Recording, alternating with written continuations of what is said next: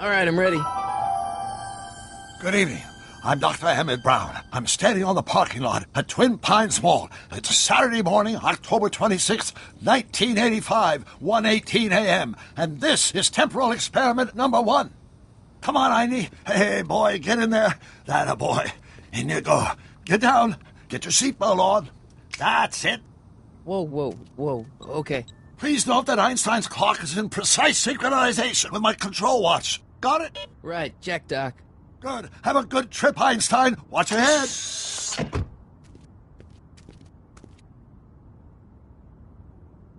You got that thing hooked up to the car? Watch this. Yeah, okay. Got it.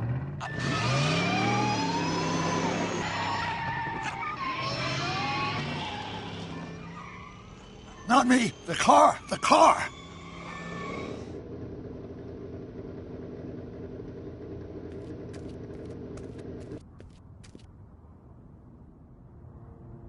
If my calculations are correct, when this baby hits 88 miles per hour, you're gonna see some serious shit.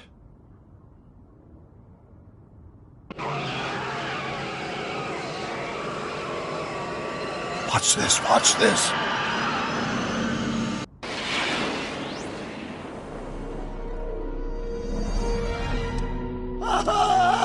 What did I tell you?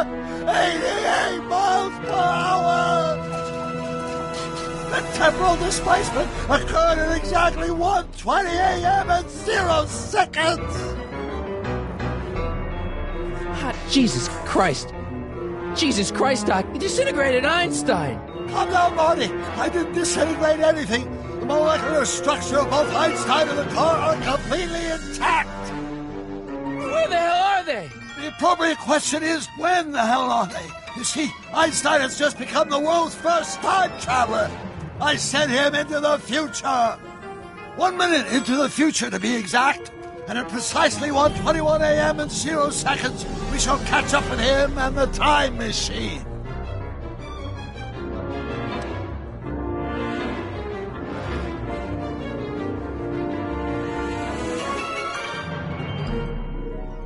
Wait a minute, Doc. Are you telling me that you built a time machine out of a DeLorean? The way I see it, if you're going to build a time machine into a car, why not do it with some style? Besides, the stainless steel construction made the flux dispersal. Look out!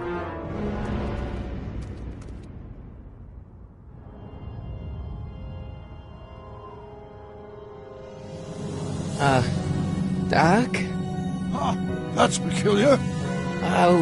Where's the car, Doc? It should have caught up with us 27 seconds ago. Doc, what happened to Einstein? No need for concern. It's probably just a minor miscalibration of the time circuits. Marty, could you get my notebook? It should be in the toolbox.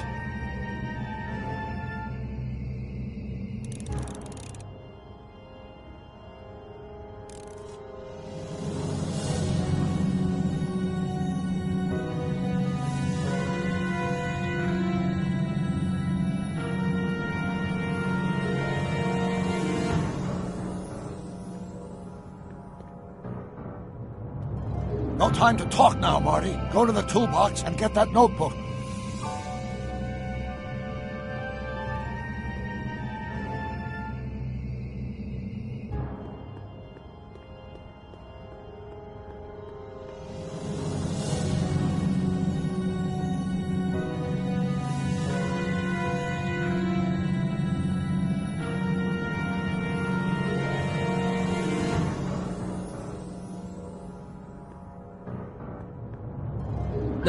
Notebook. Got it. Flux capacitor? That's it! What the heck's a flux capacitor? My latest invention. The thing that makes time travel possible. In this notebook, I detail the nearly 3 decades of scientific breakthroughs necessary to build a working time machine. If it ever fell into the wrong hands, the consequences could be catastrophic.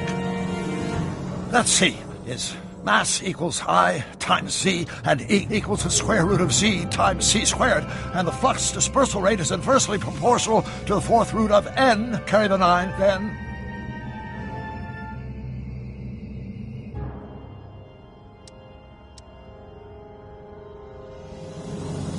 Let's see. Is mass equals I times Z, and E equals the square root of Z times C squared, and the flux dispersal rate is inversely proportional to the fourth root of N. Carry the... Doc, something's way off here.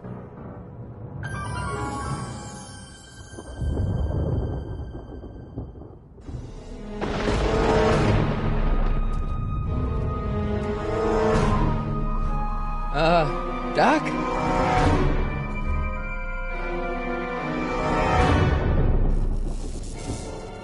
Great Scott! Doc, what is it? I've made a horrible mistake!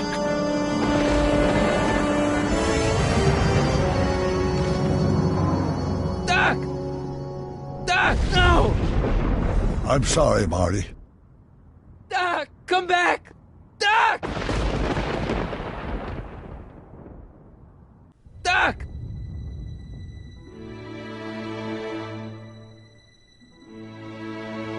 Marty, is everything okay? Yeah, Mom, it was just a nightmare. I was in the past, and Doc was there. Well, you're safe and sound now, back in good old 1986. But you'd better get up. Your father's waiting for you. Huh? Weren't you going to meet him over at Doc's? Holy crap, I'm late!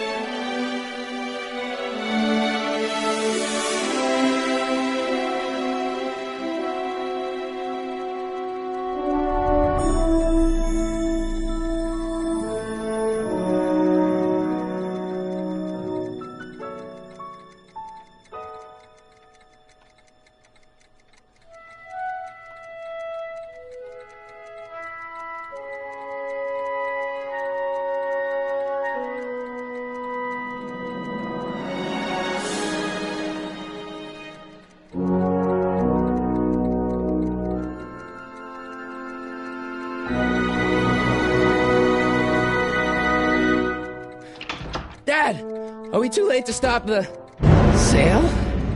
Better late than never. You wouldn't believe how much rare stuff there is back here. That's Doc's stuff. The city has no right to... Now, son, I know you're upset, but your friend's been gone for months, and the city really seems hell-bent on using his land for that new parking garage. And, hey, is that a first edition Jules Verne? It's just not fair. But at least things can't get any worse. Hey, Marty. Hi, Biff. Come to see if the old crackpot had any buried treasure? Nah, I guess I'm just... remembering.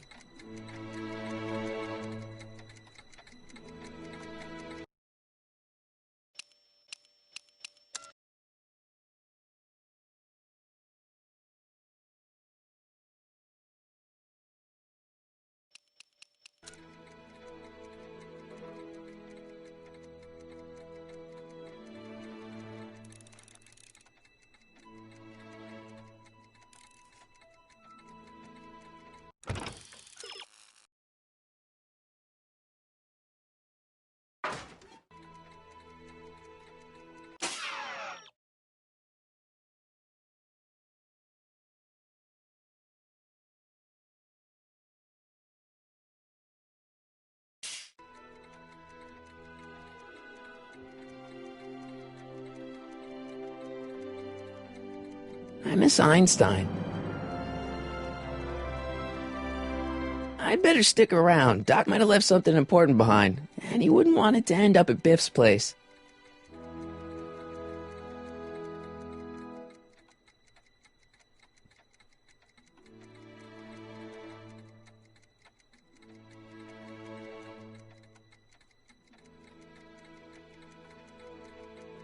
A fish tank? I never knew Doc raised fish. Doc's fish had weird taste and decor. I kind of like Doc. I wonder why Doc didn't take any of these with him.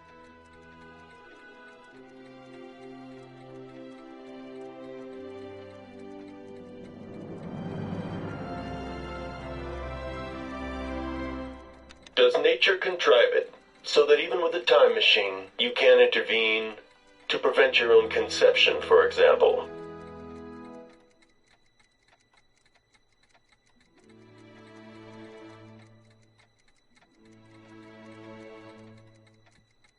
Does nature contrive it so that even with a time machine, you can intervene to prevent your own conception, for example?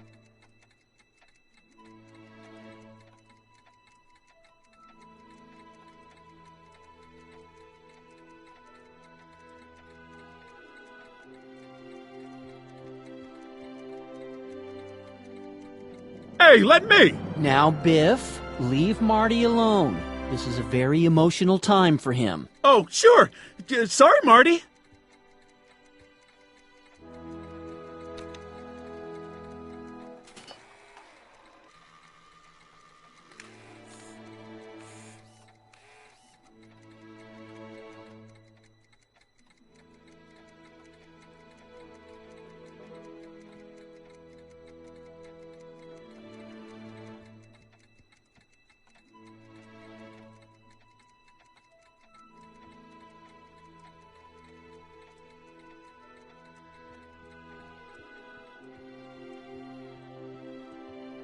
Doc built this model at downtown Hill Valley way back in 1955. The clock tower in the courthouse even works.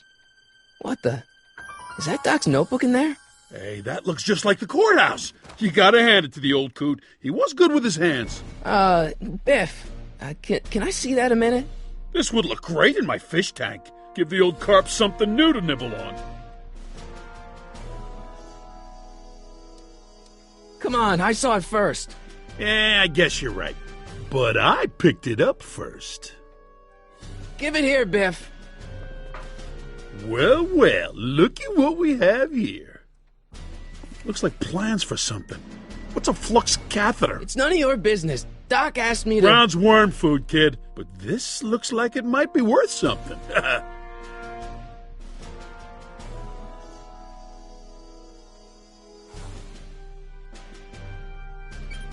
Hope that wasn't poison gas or anything.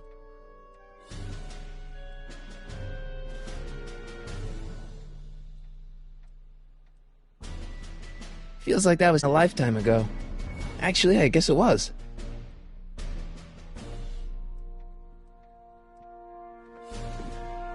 Hey, let me try, Marty. Now, Biff, let Marty have his turn. You got it, Mr. McFly.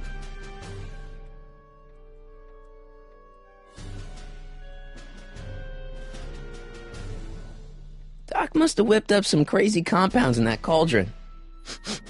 It smells like beef stew. Doc sure did love his Jules Verne.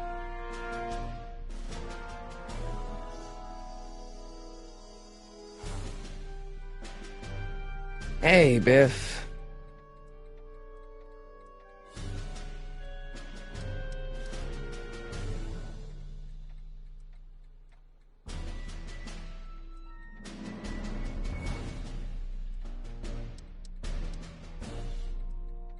It's just a notebook with Doc's scribblings. What did Doc ever accomplish? Nothing. Then it's worthless, right? If it was really worthless, you wouldn't want it so bad.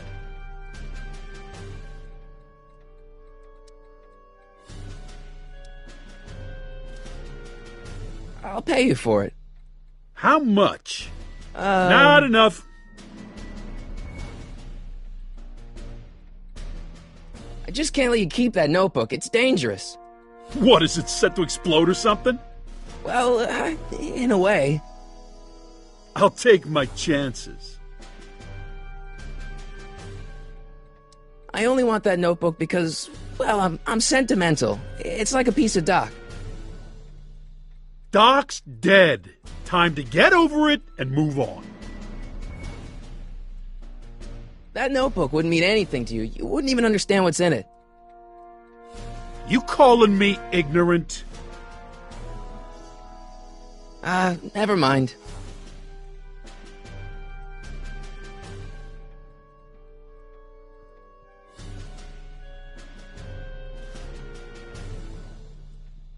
Seems kinda empty without the courthouse.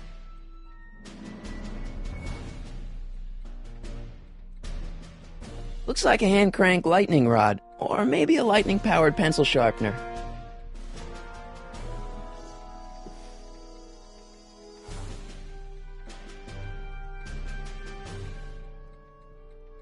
Hey, Dad, why's my guitar got a price tag on it? Sorry, son. Must have been an overzealous clerk. Just pick it up. I'll iron things out with the bank.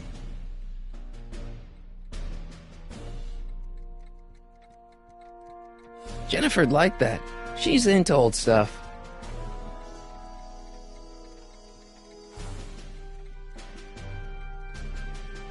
Hey, Dad.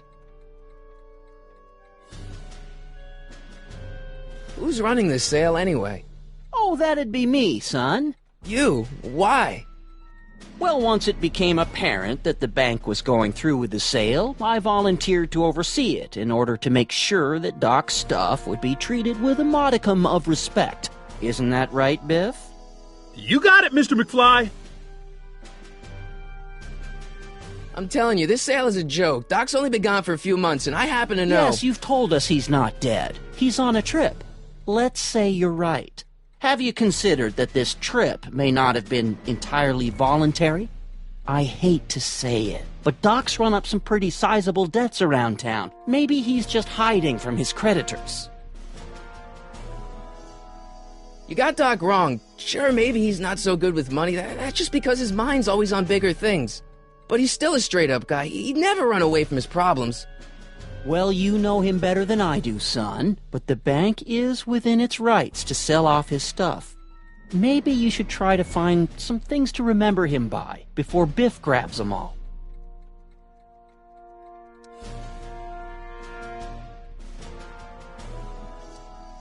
That notebook is Doc's legacy. I've got an obligation to protect it.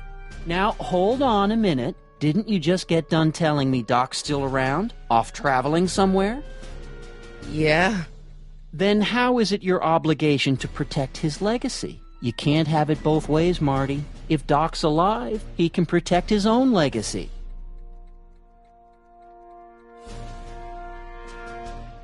About Biff. Dad, I know you're trying to help. He talks a big game, son, but he's not so tough. I've been dealing with him a long time. Believe me, I can handle him. So can I. I guess you can. Okay, son, I'll stay out of your way, but you know where to find me. Do you think dreams can predict the future? Well, you know I don't go in for that mystical stuff, but I do think they can reflect how you're feeling about the future. I'll keep looking around. Thanks, Dad. It took me forever to repair this thing after I blew it out last time, and now some jerk's gonna pick it up for pennies.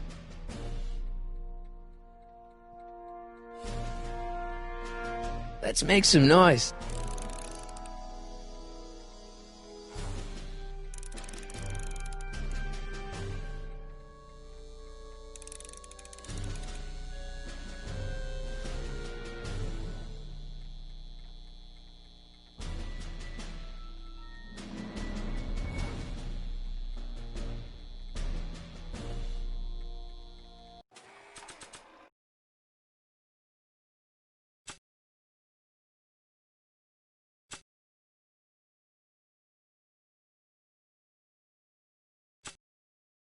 I keep this picture of my dad to remind me that even the most hopeless losers can grow up to be pretty cool guys.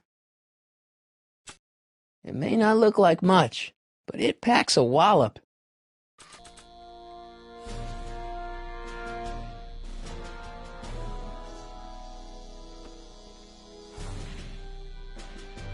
Here's an oldie, but a goodie. A 1, 2, 3. Hey, look! It's Chuck Butthead. Let me show you how it's done.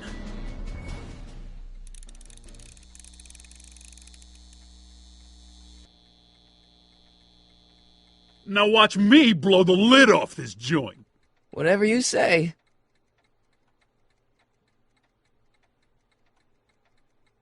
Whoa! Rock on, Biff.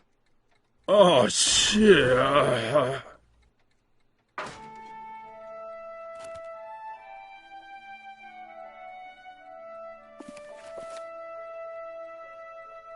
Doc, where are you?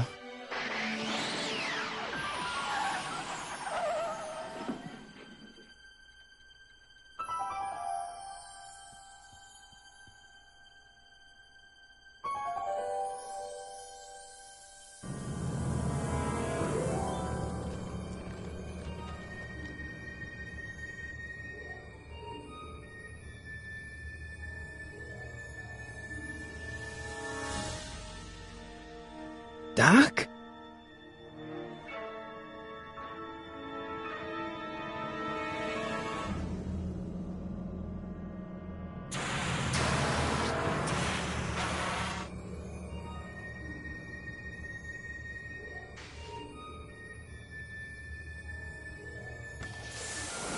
Einstein!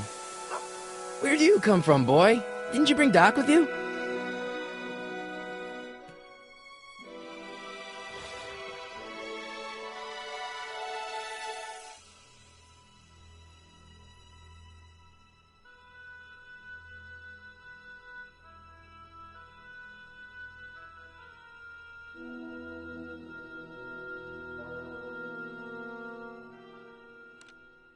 Marty? Ah! Marty, if you're hearing this recording, then the DeLorean's automatic retrieval feature is a resounding success. Automatic retrieval? In case of my failure to return to the DeLorean within an allotted time, I programmed the time machine to jump to these four-dimensional coordinates without me. As you are well aware, time travel is an inherently risky activity, and despite my elaborate precautions, there's always a possibility that I could land in trouble sometime, and that sometime is now, or then, or maybe later. He's in trouble. Marty, you've come to my rescue in the past, or was it the future? Anyway, I'm relying on you to do it again. Please take the DeLorean back, or forward, to whenever it is I'm stuck in time. When you get there, I'm sure you'll figure out what to do. That's it? Aren't you gonna tell me when that is? Just go to the date specified on the time circuit readout under the heading marked Last Time Departed. Good luck. Right. Last time departed. Oh, jeez. Come on. Crap! Oh, great. How am I supposed to find him now?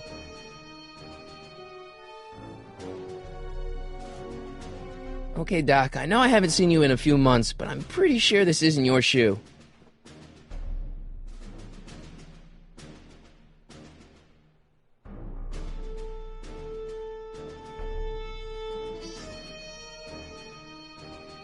I can use those to enter a date into the time circuits. Once I know when to look for Doc. Looks like the time circuits still work. Now I only need to know when to look for Doc. I can use those to enter a date into the time circuits. Once I know when to look for Doc. I can use those to enter a date into the time circuits. Once I know when to look for Doc.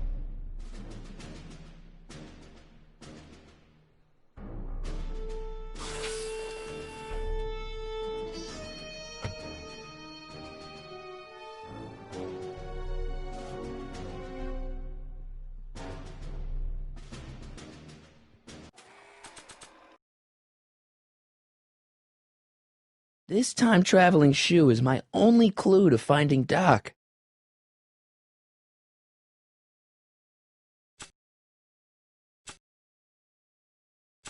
Marty? Ah!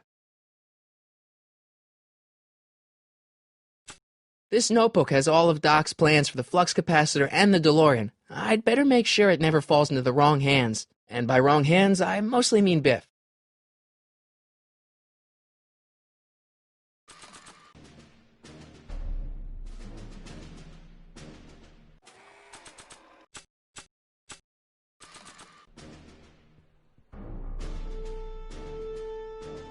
What kind of trouble is Doc in, Einie?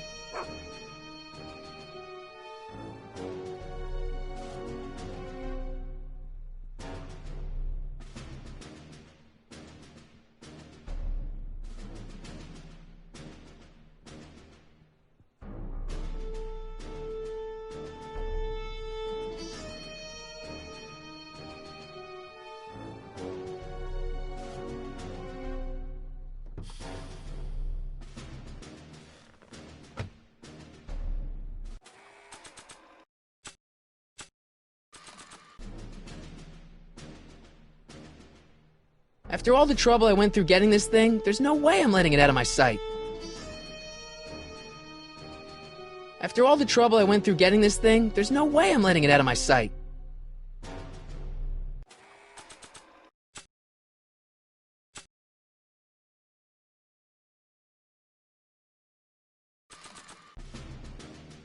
After all the trouble I went through getting this thing, there's no way I'm letting it out of my sight.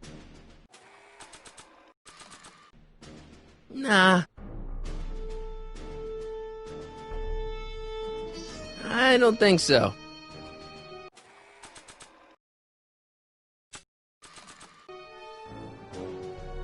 Maybe not. Not sure what that...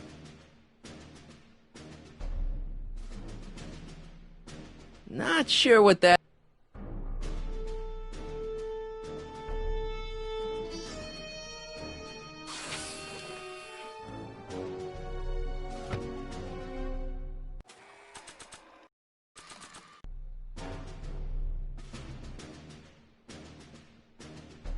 What do you know about this shoe, Einie? Great Scott! I think he's onto something!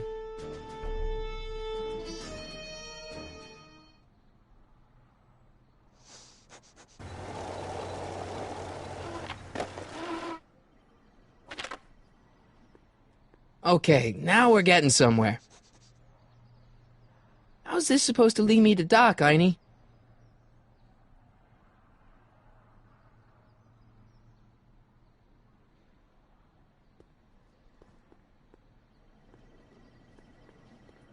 Starbase 0. I hope Jimmy's fixed the Wild Gunman machine.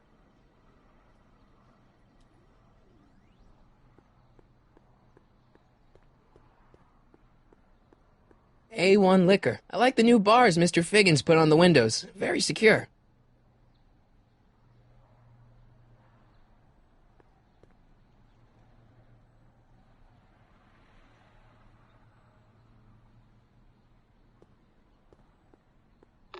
I see you sneaking into that liquor store, young man!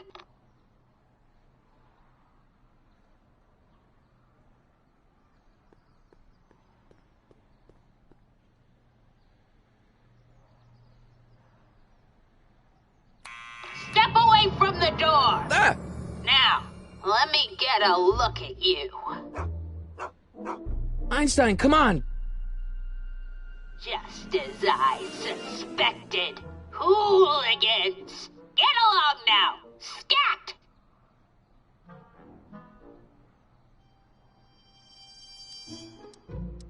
Can you let me in?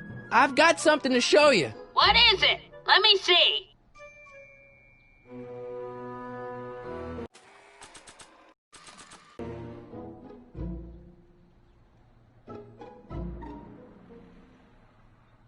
A shoe? Wow, now what would I want with a... Huh? Stay there!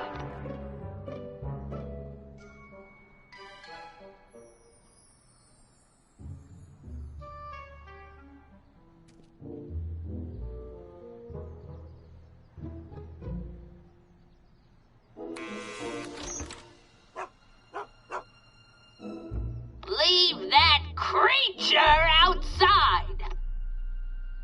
Sorry, Einstein.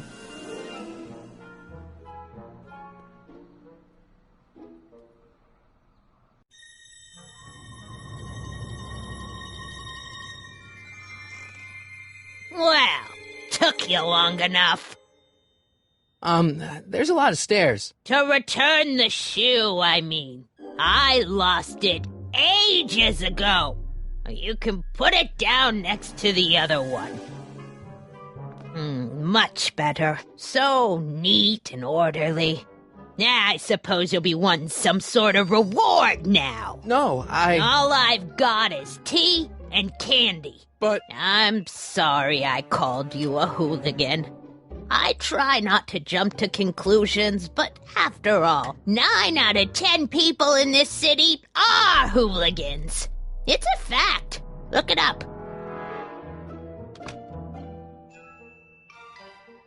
Have a seat, Sonny.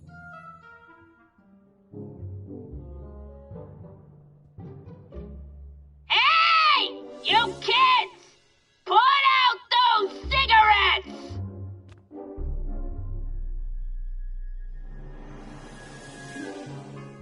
The candy looks older than I am.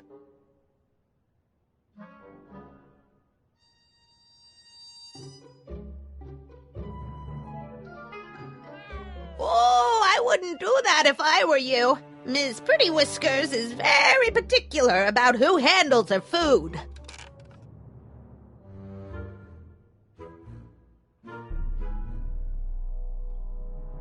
Man, she keeps it hot in here. That's the kettle. I'll be right back with some tea. And don't touch anything.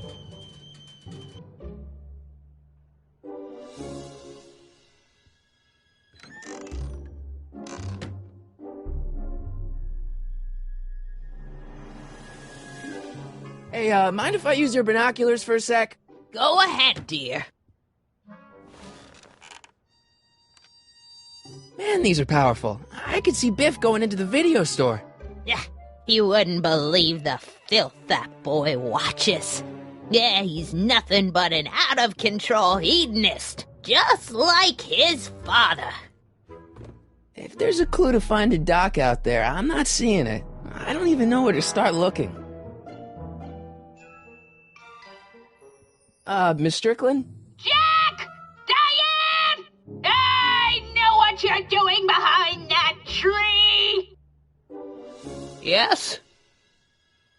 Do you remember when you lost your shoe? Shoe? That shoe over there.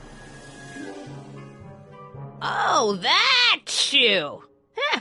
Aye, what a nosy Nelly! No one likes a busybody, you know. But... Oh, fine, let me think about it. Yes, I remember. I lost it in a scuffle with a dog. Oh, when was it? Oh, yes, the day that speakeasy burned down. A speakeasy? In Hill Valley? Don't act so surprised, young man. Your generation doesn't hold a copyright on moral depravity, you know. Sin has been on the prowl in Hill Valley since the day it was founded. Wow, a speakeasy. That must have been wild. Is it true they used to drink gin out of slippers like my grandma said? Don't romanticize the past, young man. Prohibition was a time when gangsters ruled the town while honest citizens quaked in their beds. So where was it? That speakeasy that burned down, I mean. That was ages ago. If you're looking for bootleg hooch... No, I'm just curious, that's all. I'm a student of history. Student of history? My Aunt Fanny! Yeah, your generation of hooligans and slackers could give two ripe figs about history. Miss Strickland? Oh, video store! Huh? The speakeasy used to be hidden in plain sight down there in the town square. Right where that disgusting videotape rental store squats today. So the video store building must have gone up after the speakeasy burned down. Following year, as I recall. What's with all these newspapers? This is my personal archive. I've got every issue of the Hill Valley Telegraph ever published. Get out! Every single issue? From 1871 to the present. If it happened in Hill Valley, you'll find it in my stacks. I guess somewhere in these stacks there must be an article about the speakeasy burning down. Naturally. I probably wrote it myself. I was quite a reporter back in the day. Any idea what date that article came out? Well, obviously the day after the speakeasy burned down. Doing some stargazing? No, I set my sights on lower things. Is that? Tiff Tannen! Get away from that hubcap before I call your father!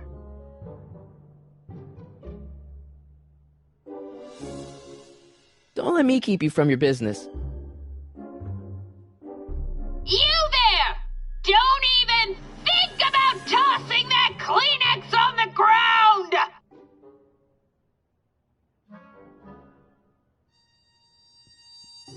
Don't touch those!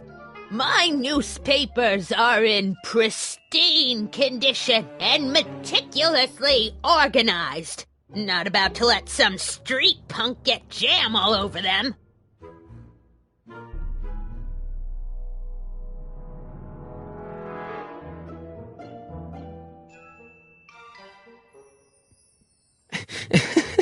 Is that Vice Principal Strickland?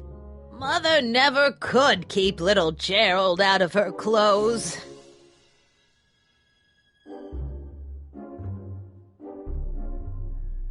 What are these? My editorial trophies. Cat Lovers Quarterly. It's legitimate journalism.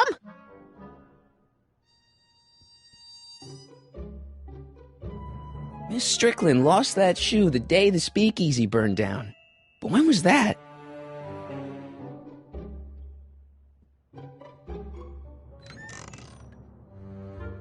Miss Strickland, about your tea. You forgot to turn on the... You!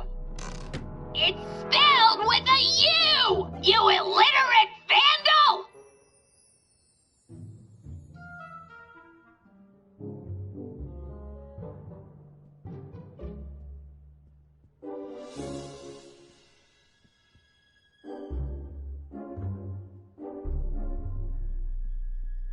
Excuse me, Miss Strickland? Don't let me keep you from your business.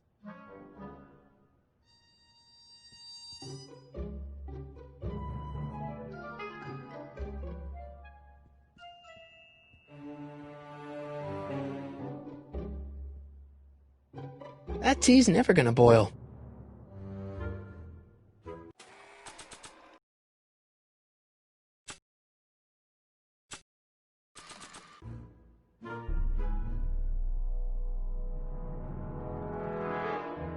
I don't think that picture's gonna do anything but confuse people.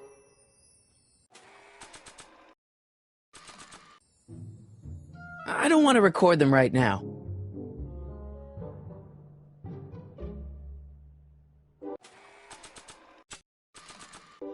I think I'd better save this for Doc. After all the trouble I went through getting this thing, there's no way I'm letting it out of my sight.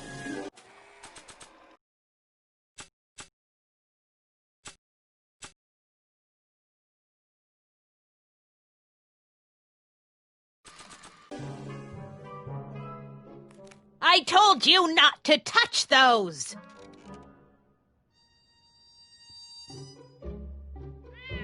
Miss Pretty Whiskers?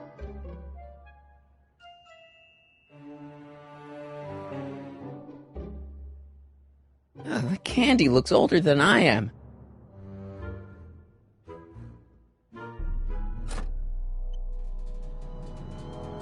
There's the whistle! Surely the water's boiling by now.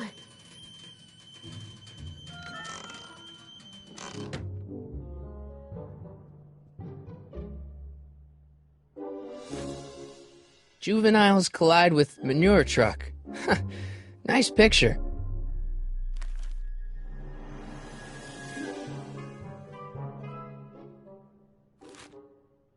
Brown Mansion destroyed. 1962. No, that's not where Doc's stranded. Alright, Einstein brought me this shoe, and Miss Strickland lost the shoe on the day the speakeasy burned down. But when did the speakeasy burn down? I at least need to know the year. Firm announces plans for Lone Pine Mall, Peabody Ranch to be rezoned for commercial development. I don't even know where to start looking for clues in these stacks. Wish I could narrow it down to a year at least.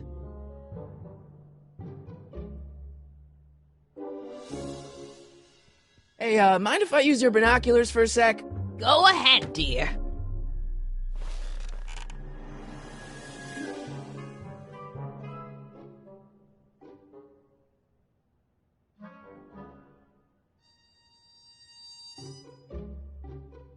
Rebuilt in February 1932. So the fire must have happened before then. But when? I need a date. Don't look at me. I'm far too old for you.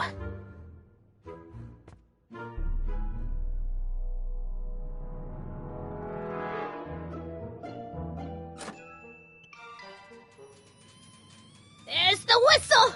Surely the water's boiling by now.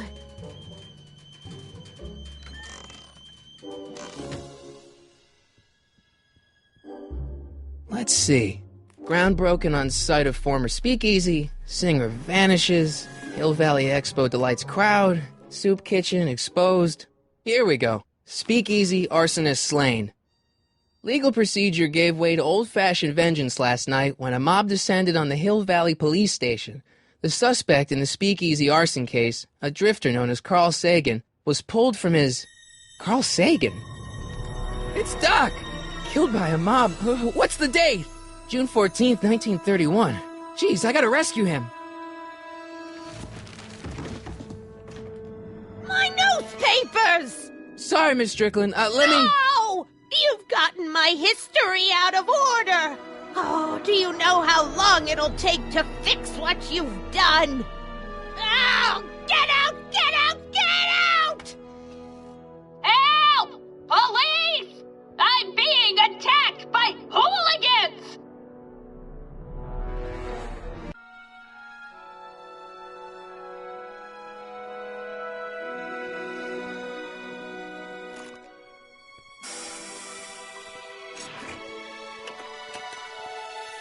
Marty!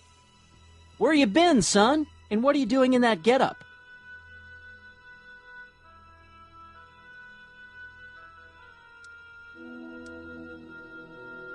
Didn't I tell you? I got the lead in the school play. We're doing... Grapes of Wrath? Right. Oh, Steinbeck! Who are you playing? Never mind, you don't have to explain. I'm sure whatever it is you're up to, you know what you're doing, right? I hope so. Hey, sometimes you gotta go out on a limb for the ones you love, right? Wish my dad had understood that. You won't stay away too long. You'll barely know I was gone.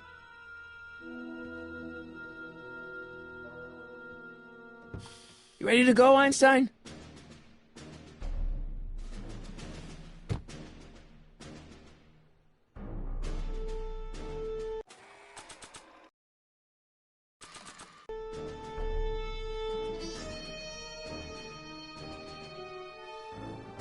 I'd better keep an eye on this. It's really my only way of keeping track of Doc's fate.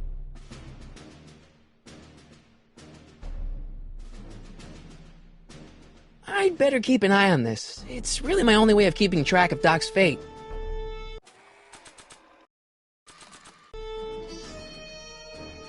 I've got to turn on the time circuits first.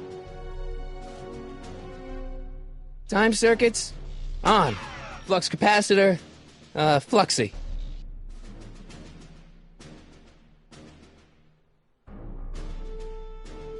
The time circuits are already on.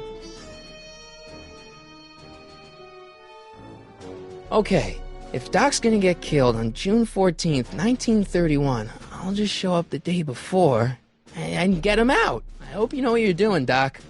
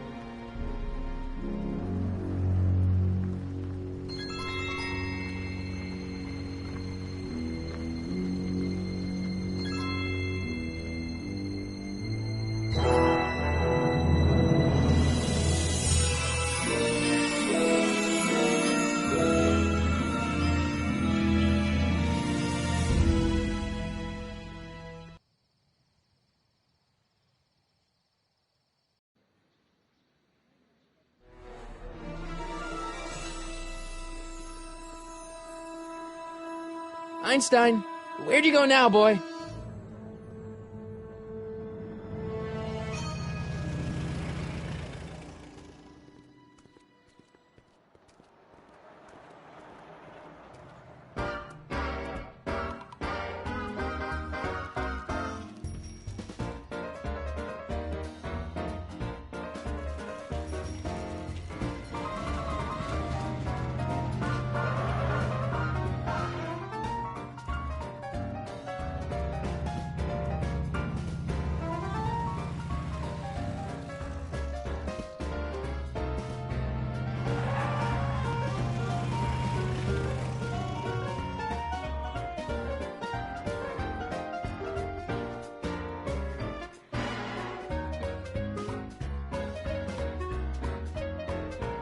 Young man! Excuse me, young man! Who, me? You're the only man in the street, and I'm looking for a man-in-the-street reaction.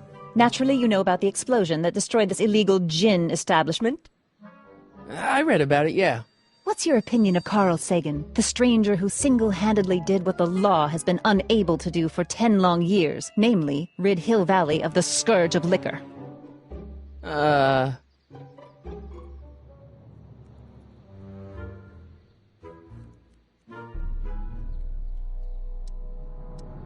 There's gotta be some sort of mistake here. Carl wouldn't do something like that.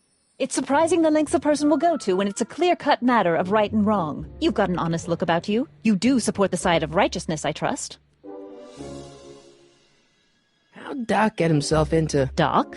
Doc is his nickname. I'm good friends with Carl. You are? Really?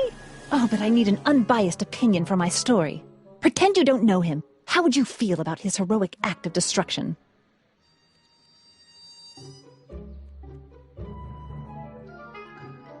Well, I'm not so big on bomb blasts.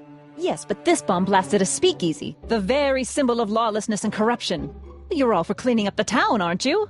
Do you have a message for the vicious gangsters who still roam these streets, no doubt plotting to corrupt our citizens with another den of booze, sin, and debauchery?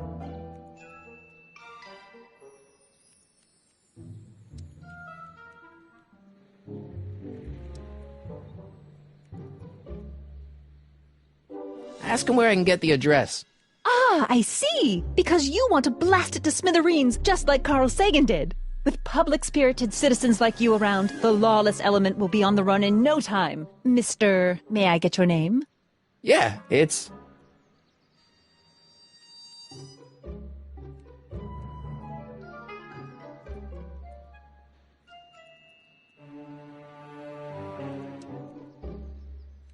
Harry Callahan. Thank you for sharing your candid opinions, Mr. Callahan. Edna Strickland, Hill Valley Herald. I know. I met you back. I'm familiar with your work. You read my column? How sweet! I know it's just an etiquette column, but I believe it'll lead to bigger and better... Oh! Einstein, no. Down, boy. Is this wretched creature yours? He assaulted me once before. What's got into you? Aggressive dogs must be kept on leash at all times. It's the law. Look it up. Doc. I gotta find Doc.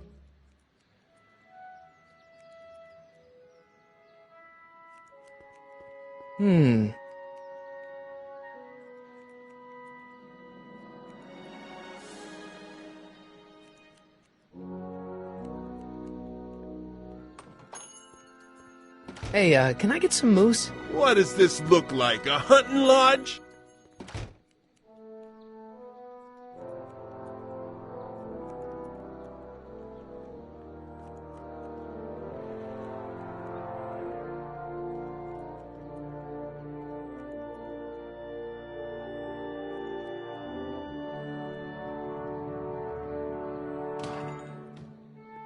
You gonna buy anything? No. Then get out, bum! I guess this is where the speakeasy burned down. How'd Doc ever get mixed up in that?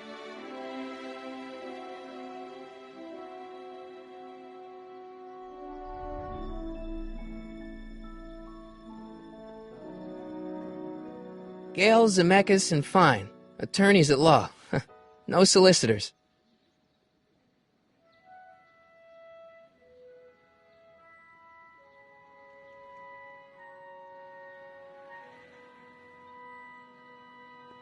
Gale, Zemeckis, and Fine, attorneys at law.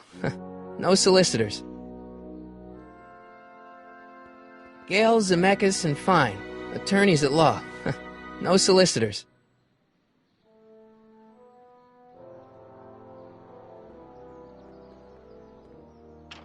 Hello?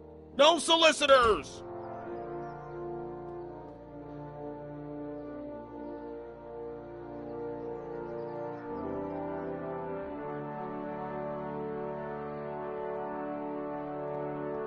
Bank of Italy?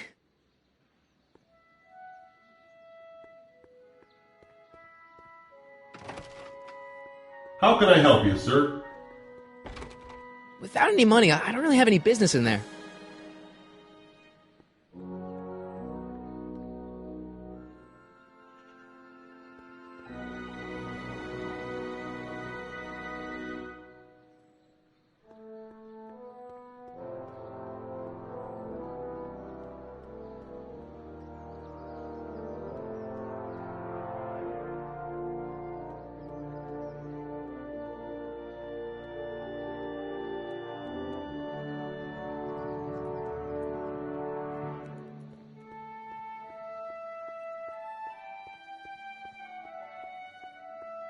Wow, looks like they used a real shark.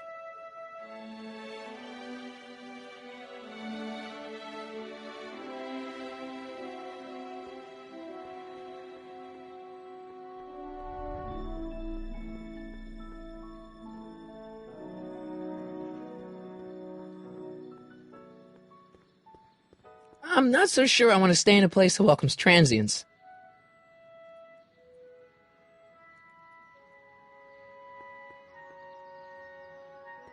Majestic Arms.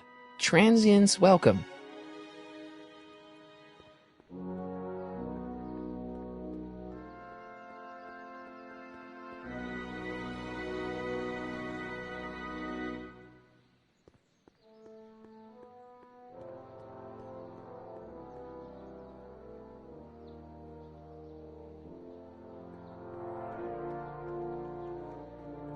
According to the newspaper, Doc's not in the courthouse. He's in jail.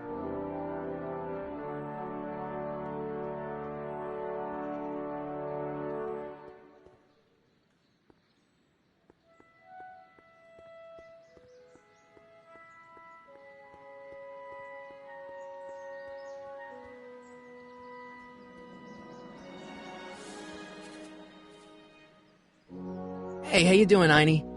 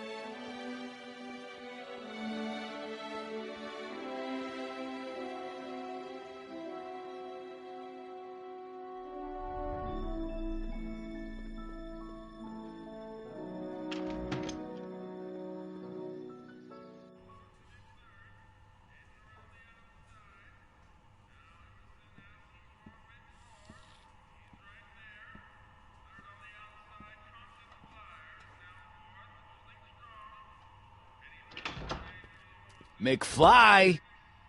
Biff? Kid! Grandpa? That's Mr. Tannen to you, Artie. What are you doing out here? Well, I was getting kind of hungry, so I figured I'd come down here for some free soup. Just thought I'd come down for some soup. Think, McFly. The DA's throwing around subpoenas like Babe Ruth. I don't think Ruth's a pitcher anymore. Shut it. If one of those subpoenas landed in the hands of my number cruncher, I'd be in a whole lot of trouble. I could even get sent up the river. You wouldn't want that, would you? Would you? No, of course not, kid. All right, that's better. What are you looking at, punk? Keep your eyes on the soup, kid.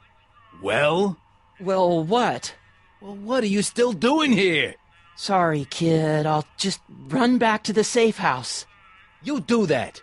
And McFly? Yes? That hat's too flashy. You better let me hold on to it. Now scram! You got it, boss. And don't come out until I give you the all clear.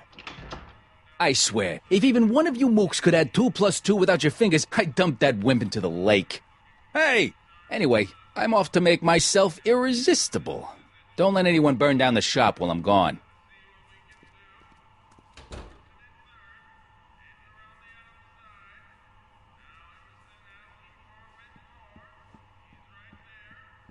Maybe I should go to the jail and talk to Doc before I start dialing random people in 1931.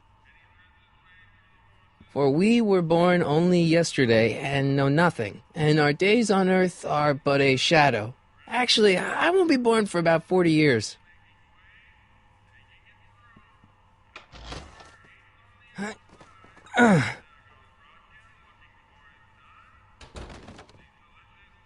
There's no way I'm going to keep that door open without some help.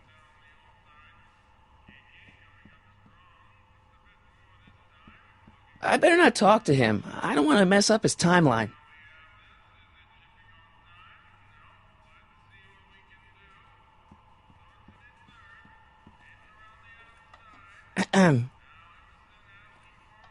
Okay. Hey, never mind. What are those tables for? We keep a few extra tables around for our end-of-the-month hobo soirees. Nice rack. Yeah, we got all kinds of culinary enhancements back there.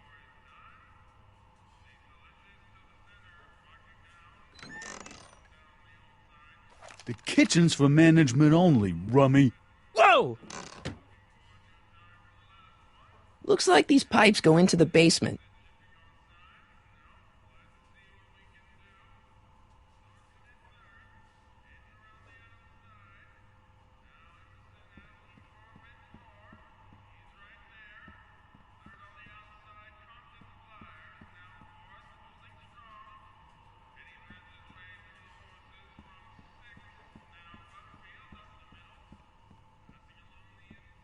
Looks like these pipes go into the basement.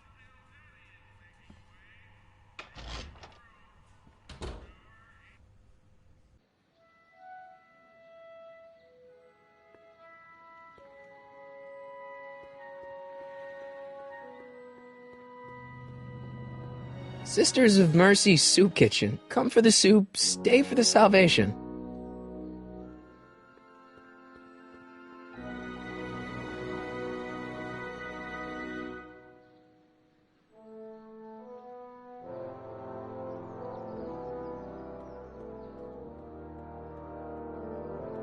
Hill Valley Police Station. Cripes, this place looks old, even for 1931. Psst, Doc! Marty! Doc! What are you doing here? You sent for me, Doc. I did? When? May 14th, 1986. 1980? The automatic retrieval system. Of course. I'd almost forgotten about that. So what's our plan for getting you out of here? Plan? We don't need a plan. We don't. Not in the slightest. The police picked me up for that speakeasy fire a couple of weeks ago, but the DA hasn't got a case. They're releasing me tomorrow morning. So basically, I traveled 50 years into the past to deliver your car? Sorry about that, but it's so wonderful to see you. We have a lot of catching up to do. Yeah, you might want to hold off on that, Doc. Great Scott! I'm going to be gunned down by gangsters on the steps of the courthouse. Why would they do that? Guess they didn't approve of my burning down their speakeasy. Very funny, Doc. Maybe now we should come up with a plan. A plan, right. But what?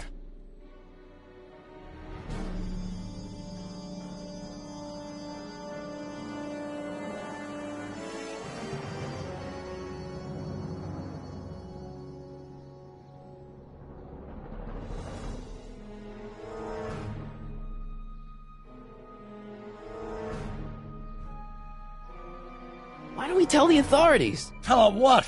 That my friend from the future has proof that I'll be murdered tomorrow? They'd ship us both off to the loony bin. And trust me, you don't want to see the inside of a 1931 insane asylum. Why don't I take the DeLorean, go back in time before you were arrested, and stop you from getting caught in the first place? Don't even think about it. Without my unjust incarceration, the events that sent you into the past might never happen, resulting in a paradox of continuum-shattering proportions. Jeez, we've been back together for 5 minutes, Doc, and you're already talking about the end of the universe. I've missed that. Don't be ridiculous, Marty. I was only referring to the end of the universe as we know it. Why don't we try to tough it out? Now that we know what's coming, maybe we sneak it past the gangsters with a bulletproof vest or something. That might work with 1 or 2 bullets, but from the looks of this article, it appears that I'm going to be mowed down in a hail of Tommy gun fire that rendered the innocent stranger little more than a pulpy mass of bones and gristle. Who writes like that? According to the byline, one Edna Strickland. I should have guessed. Hey, maybe I could talk to the gangsters. Tell them they're about to shoot the wrong guy. I don't think the criminals of this era are going to be very receptive to a complete stranger telling them that their secret assassination plan is misguided, do you? Well, I suppose I could just get some dynamite and break you out of jail. No, that's far too dangerous. Not just to me, but to random innocent people in the past. The repercussions could be... That's it! What's it? My rocket-powered drill. You have a rocket-powered drill? Not yet. I haven't built it yet. You've lost me, Doc. Listen, a few months ago, my 17-year-old self sent in a patent application for a rocket-powered drill. I abandoned the project after I never heard back from the patent office, but the prototype should be nearly complete. Great, I'll just run back to your lab and... No, I said nearly complete. You'll need me to help you finish it. How the hell am I supposed to sneak a half-finished rocket-powered drill into your cell? Not me! 1931 me! Wait a minute, Doc. You want me to convince your 1931 self to build a rocket-powered drill to break you out of jail? Precisely!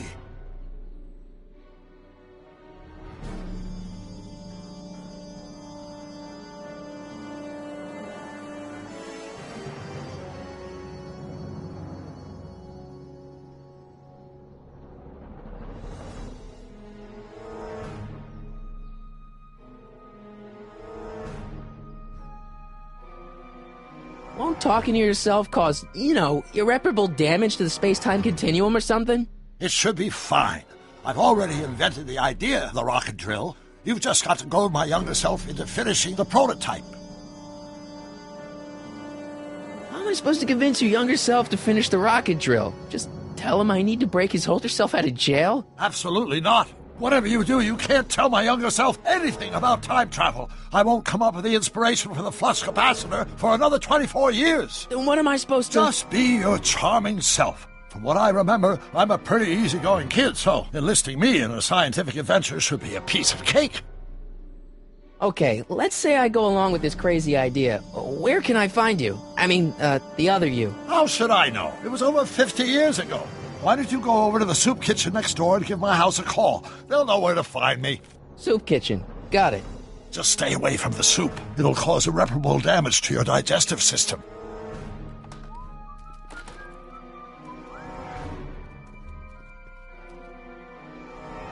I guess I better get started. Don't worry, Doc. I'll get you out of here in no time. I'm not worried. Once you and my younger self put your heads together, you'll be unstoppable.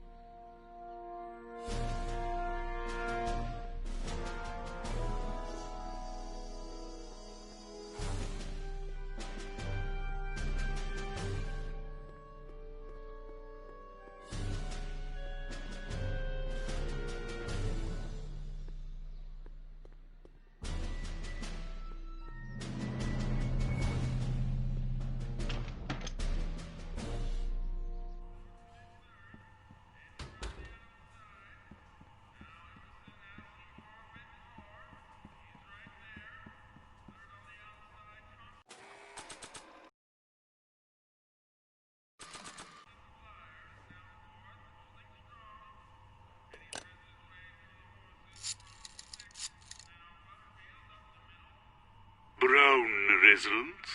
Hi. Do you know where I could find Emmett Brown? Young Master Brown is currently tending to his clerking duties at the courthouse. Who is calling. The courthouse? Doc never told me you worked at the courthouse.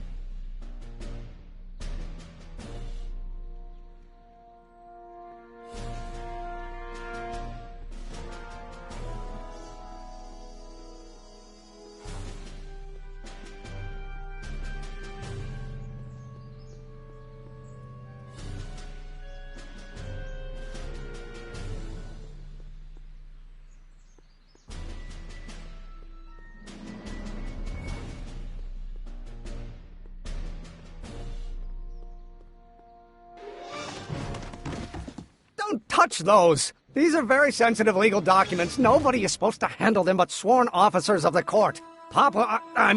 Judge Brown says so. Judge Brown? Doc. Nice to meet you. I'm, Harry Callahan. Emmett Brown.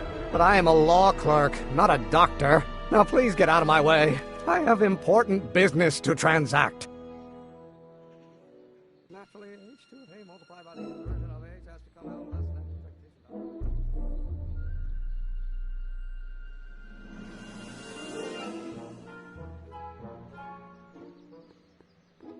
I don't need to go in there anymore.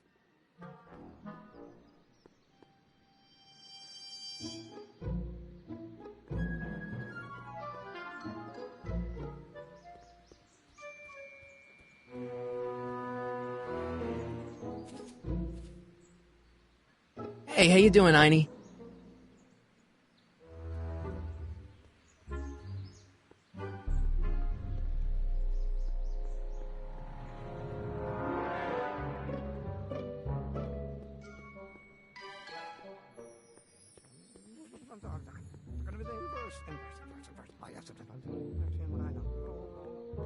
Lamont's House of Ermine. I guess there's not much call for fur coats in the middle of the Depression, especially in June.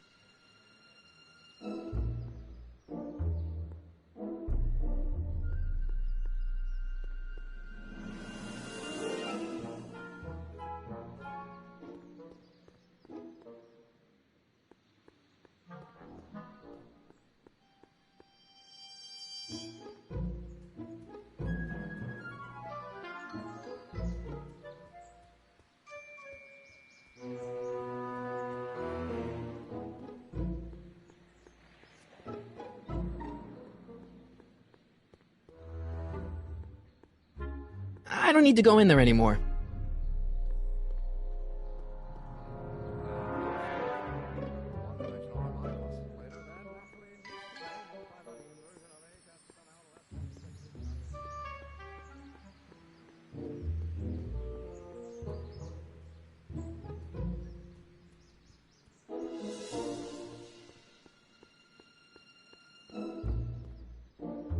Listen, Emmett, you don't know me, but I'm your friend.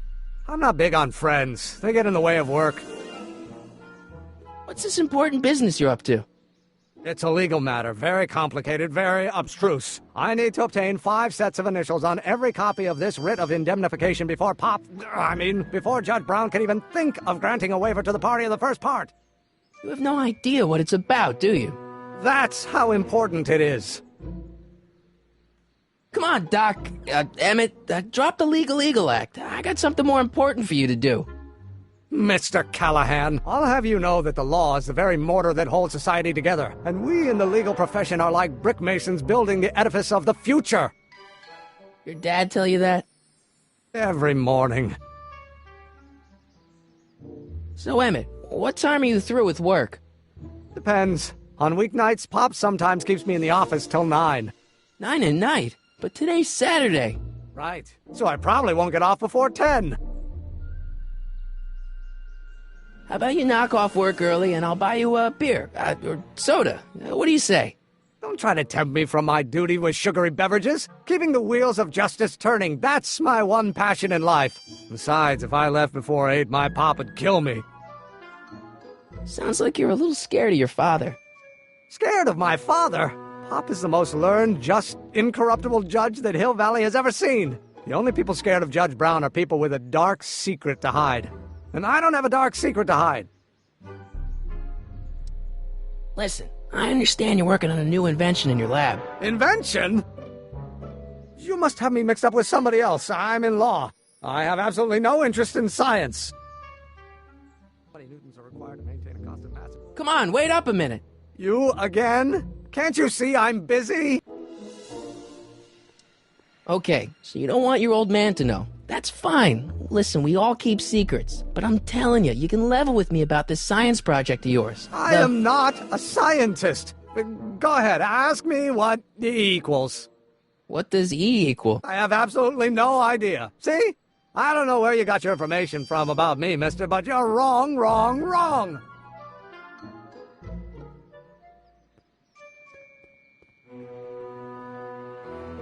I better not. Those lawyers sound kind of nasty.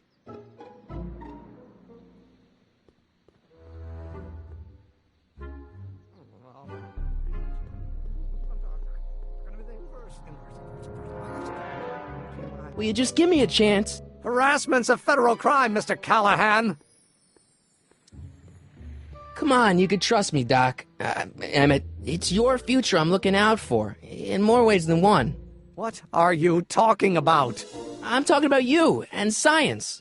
Oh, that word again! If you insinuate I'm a scientist once more, I'll sue you for defamation of character!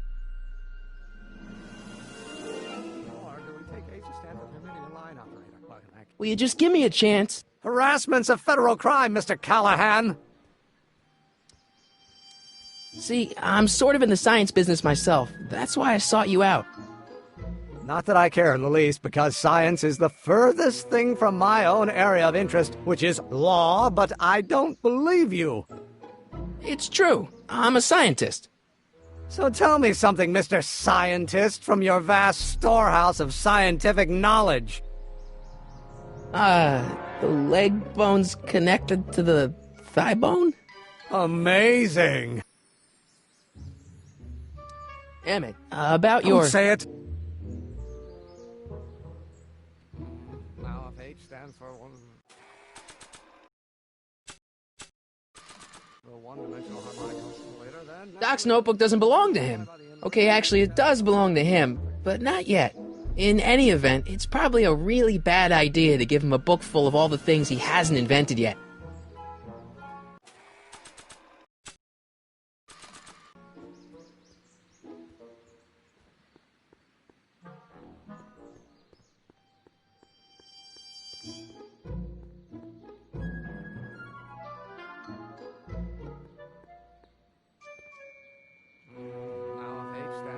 Will you just give me a chance? Harassment's a federal crime, Mr. Callahan. Sounds like you're a little scared of your father. Scared of my father? Pop is the most learned, just, incorruptible judge that Hill Valley has ever seen. The only people scared of Judge Brown are people with a dark secret to hide. And I don't have a dark secret to hide.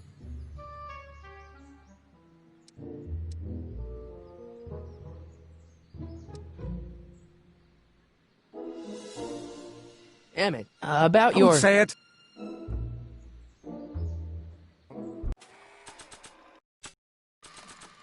Or do we take H to stand for the Hermitian line operator?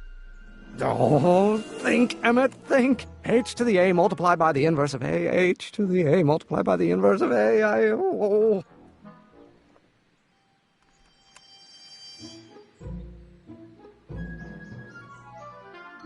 In that case, H...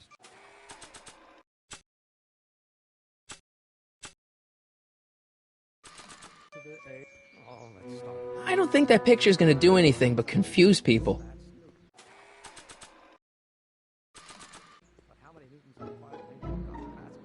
Nah.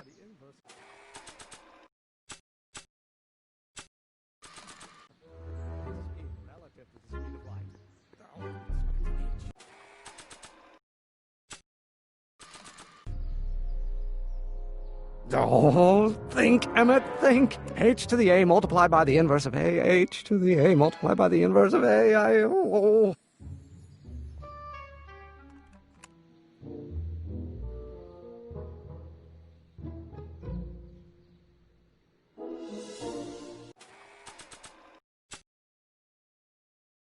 Oh, think, Emmett, think. H to the A multiplied by the inverse of A. H to the A multiplied by the inverse of A. Oh. Doc will want to hear this.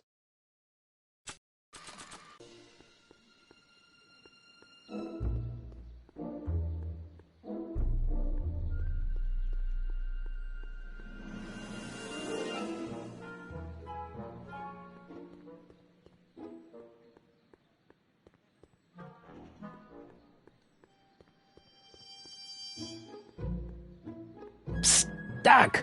Marty, have you found my younger self yet? So, Doc, does this ring a bell? Oh, think, Emmett, think. H to the A multiplied by the inverse of A. H to the A multiplied by the inverse of A. Good grief! Is that me? I sound so... young? I was going to say intense. I forgot how wound up I used to get. Yeah, but what are you muttering about? Oh, that's easy. It's Ivanov's conundrum. Just tell my younger self that H equals a Hamiltonian operator.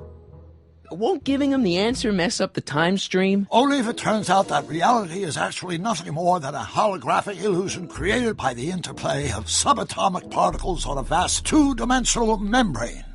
So... it'll be fine.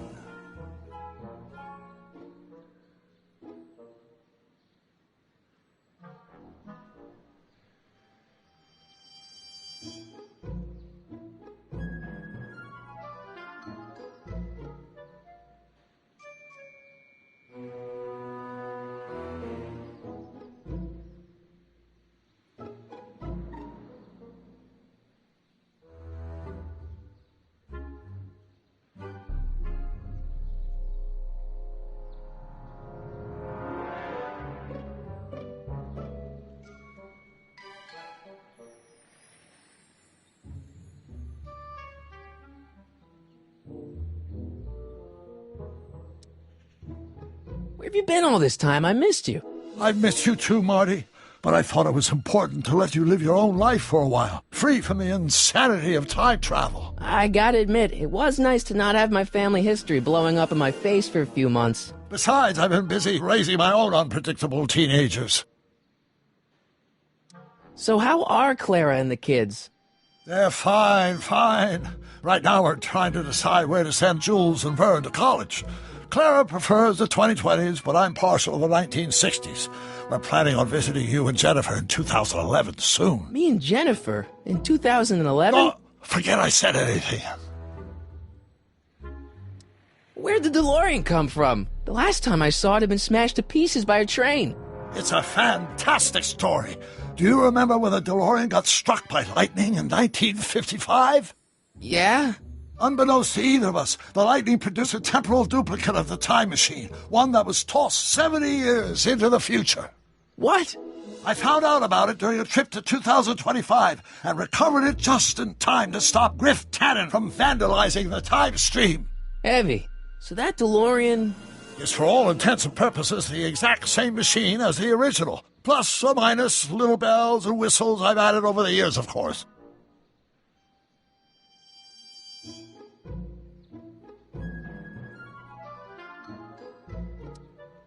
So, what were you doing in 1931 anyway? Oh, nothing terribly exciting. Indulging in a little personal nostalgia, picking up a few rare out-of-print books to surprise Clara on her birthday, solving a historical mystery or two. The usual. The usual? You lead a pretty unusual life, Doc. It's an unusual universe, Marty.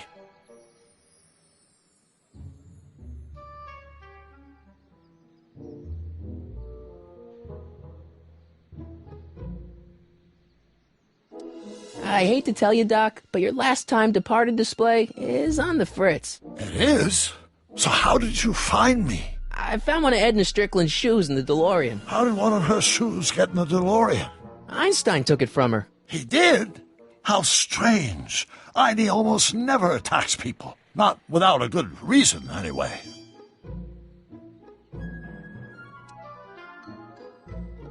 I hate to tell you, Doc, but your last time departed display is on the fritz. It is? So how did you find me? I found one of Edna Strickland's shoes in the DeLorean. How did one of her shoes get in the DeLorean? Einstein took it from her. He did? How strange. Einie almost never attacks people. Not without a good reason, anyway. How'd you wind up in jail in 1931, anyway? During my trip to the past, I decided to look into one of Hill Valley's unsolved mysteries. The fire at the Speakeasy. Exactly. I thought I was safely hidden across the street. But when the fire started, there was a tremendous explosion, and I was knocked unconscious by a stray brick. When I woke up, I was here in jail, charged with arson. That's horrible. I know. Worse yet, I still don't know who started the fire.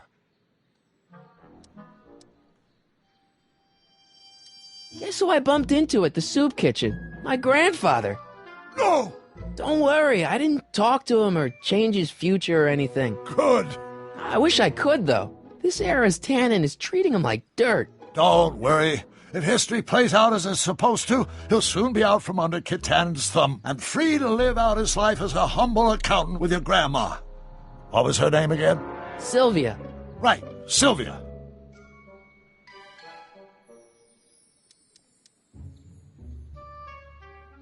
What's the story with this kid Tannen jerk, anyway? Biff's father? By this time next year, he'll be pulling down a life sentence in San Quentin. There was even a song about it. Wait, if Biff will be born in 1938, and Kid will be in prison... As I recall, he escaped from prison in 1937 for about 3 hours. That's a busy 3 hours. No kidding. What do you know about Edna Strickland? Edna? We never really socialized when I was younger. She was a few years older than me, and we traveled in different socioeconomic circles. Why do you ask? She thinks you're a hero for burning down that speakeasy. She's doing a story on you. A story? Oh, yes, now I remember. Ask Edna, the etiquette column that doubled as a pro-temperance soapbox. She believed that the consumption of alcohol would inevitably lead to a complete societal breakdown. Sounds like a fun gal. You should have seen her when the hippies started showing up in the 60s. She just about lost her mind. That would explain a lot.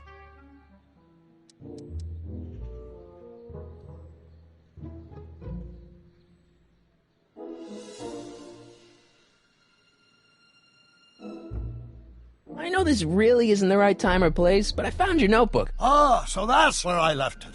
Why'd you bring it here? Because the bank's selling off all your stuff. They can't do that. That's what I keep trying to tell them. Well, you hold on to it for safekeeping. We'll deal with my financial situation in 1986 after we save me from a grisly death in 1931.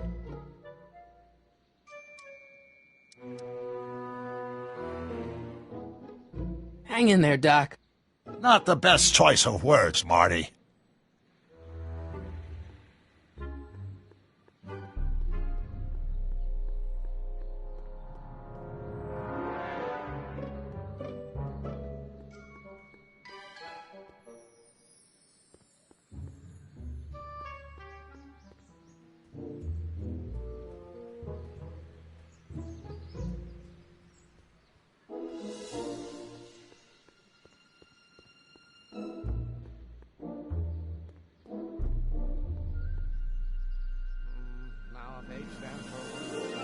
Will you just give me a chance? Harassment's a federal crime, Mr. Callahan. Maybe H equals the Hamiltonian operator. What did you just say? I said maybe H equals the... Hamiltonian operator? Yeah. Great Scott! If H is the Hamiltonian, then H to the A multiplied by the inverse of H can only be the same as the expectation value for A. That's it! That's the solution to Ivanov's conundrum, the problem I've been wrestling with in my head all week! I'm sure you would have figured it out by yourself in a day or two. The way you figured out how to build that rocket-powered drill. Where did you learn so much about science?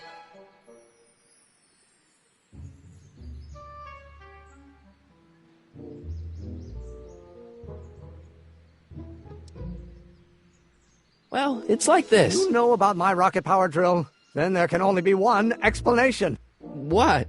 You're from the patent office. I confess I didn't quite know what to expect when I sent the paperwork, but I never expected this. Welcome! I'm at your service. What can I do for you? can I see your rocket-powered drill? Of course, of course. Naturally, it's just a scale model, but it's nearly operational. I can show it to you, say, first thing in the morning?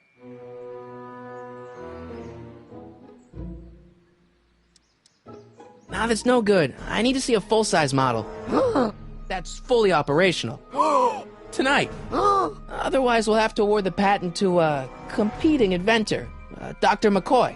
It can't be done! I mean, it might be possible to construct a full-size working model in that time frame, but I haven't got the main ingredient for the fuel.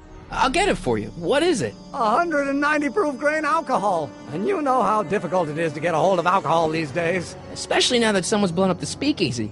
And besides, there's no way I can get off work until I've delivered the subpoena. It's part of the investigation into the business affairs of Kid Tannen. Is it vitally important you see that rocket-powered drill today? Yes. Is it vitally important you deliver that subpoena today? Yes! Listen, I'll help you deliver it, and I'll see to it you get the alcohol you need. If it'll help you get that drill finished by tonight. Deal? Deal. Here's the subpoena. Arthur McFly? I've got to subpoena my grandpa? Shh! It's Kid Tannen! Hey, I just saw him at the soup kitchen, yelling at Arthur McFly. I'm not surprised. Arthur does the books for his business. What kind of business? That's what the DA is trying to find out. Let's go talk to him. No! Why not? Kid Tannen can tell us where Arthur's hiding. Yeah, well, he can also have us fitted for a Chicago overcoat.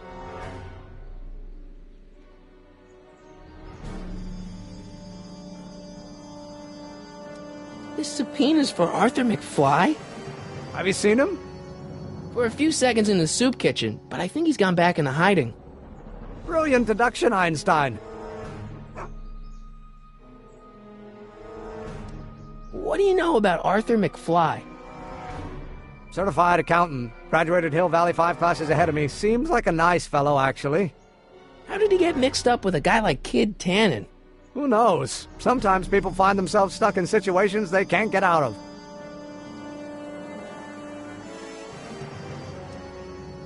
How about Kid Tannen? What do we know about him? He's loud, he's obnoxious, he's not very bright, and he doesn't like anybody getting in his way. Yep, that's a Tannen, all right. This might be a stupid question, but couldn't you have designed your rocket-powered drill to run on a fuel that, isn't illegal? Illegal? What does law have to do with science? Science has its own laws. You, of all people, should know that. But couldn't you tweak your engine design a little so it runs on something else? Like what? I don't know. Gas, maybe? Gasoline? Pfft, yesterday's news. You'll see. By 1940, automobiles will all run on pure alcohol.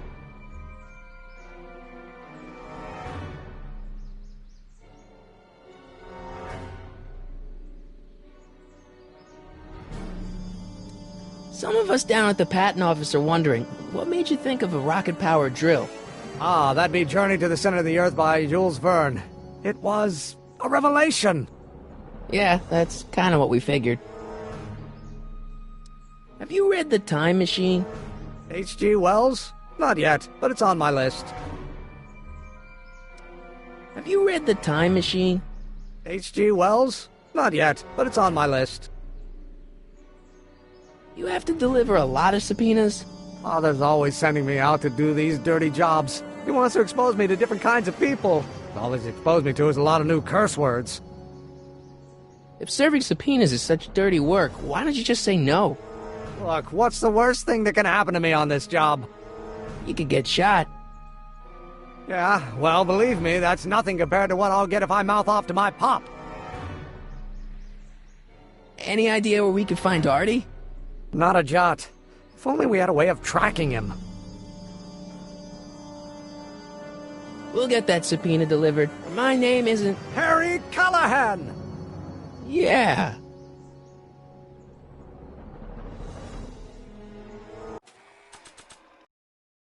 I need to get this subpoena into Arthur McFly's hands, so young Doc will have the time to help me bust old Doc out of jail.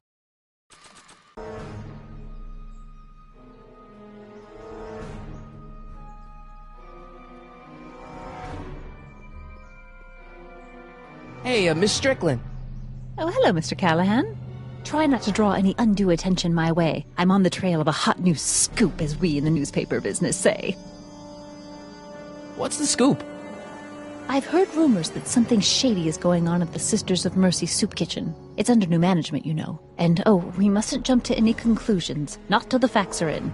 I hope to heaven it is just a rumor. That soup kitchen is the front line in the good fight. If it goes bad, what will happen to the Stay Sober Society? Not to mention all the charitable institutions that depend on me for soup deliveries. Did you finish the story you interviewed me for? About Carl Sagan? Yes, but those pig-headed editors at the paper rejected it. They said my story was slanted, and that I was glorifying a suspected arsonist. As if their stories aren't always glorifying the criminal vermin that run this town. This whole thing makes me so mad I could spit. Though of course I never would. There's an ordinance against it, and it's so untidy. You make hot soup deliveries? It's one of my many small contributions to the good cause. Healthy bodies, healthy souls, or so one hopes. I pick up barrels of hot soup at the kitchen, and I deliver them hither and thither. Hill Valley Orphanage, the St. Francis Xavier Ranch for Unwanted Children, Foggy Mountain Home for the Incurably Insane, Shady Acres Rest Home. Oh, I can barely keep track of them all. It's a very big job. Hey, I can help you deliver soup. I donate a lot of time to charities. Oh? Which ones? The, Mario Brothers. Ah, yes. The Italians do so many good works. If you'll just fix it so I can pick up the barrels of soup. Now hold your horses, let's not get overeager. I drive the soup cycle in this town, and I'm not about to turn it over to an upstart. But if you're well connected with the local charitable institutions... Yeah? You can let me know when they're running low on soup. As a matter of fact, I do know a local charity that's running low on soup. Oh? Who?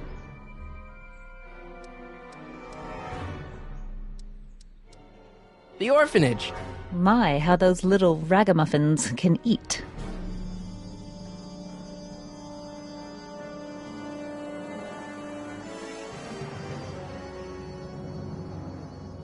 All right, Edna, just think of all those poor unfortunates and hold your nose. Mr. Donnelly!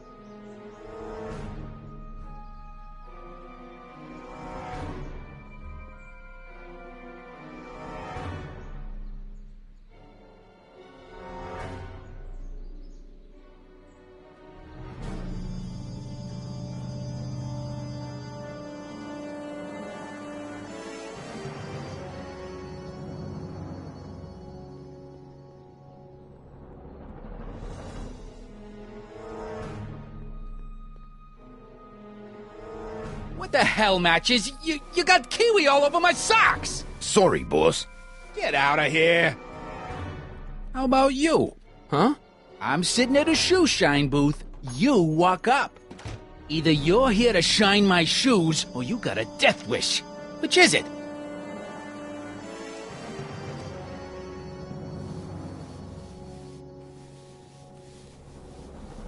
I'm looking for a guy named Arthur McFly. He's my, sort of a relative. Well, he's my employee, and he's very busy today. Since you're Arthur's boss, you know where he is, right? He's at the, office. Where's the office? I forget. Since you're Arthur's boss, you know where he is, right? He's at the, office. Where's the office? I forget. Isn't that Arthur McFly's hat you're holding? It was McFly's hat. Now, it's my peanut ball. Could I buy Arthur's hat off you? Could you keep your mind on your work, huh? Shoeshine boy? I'm hanging on to my peanut ball. Can I have some peanuts?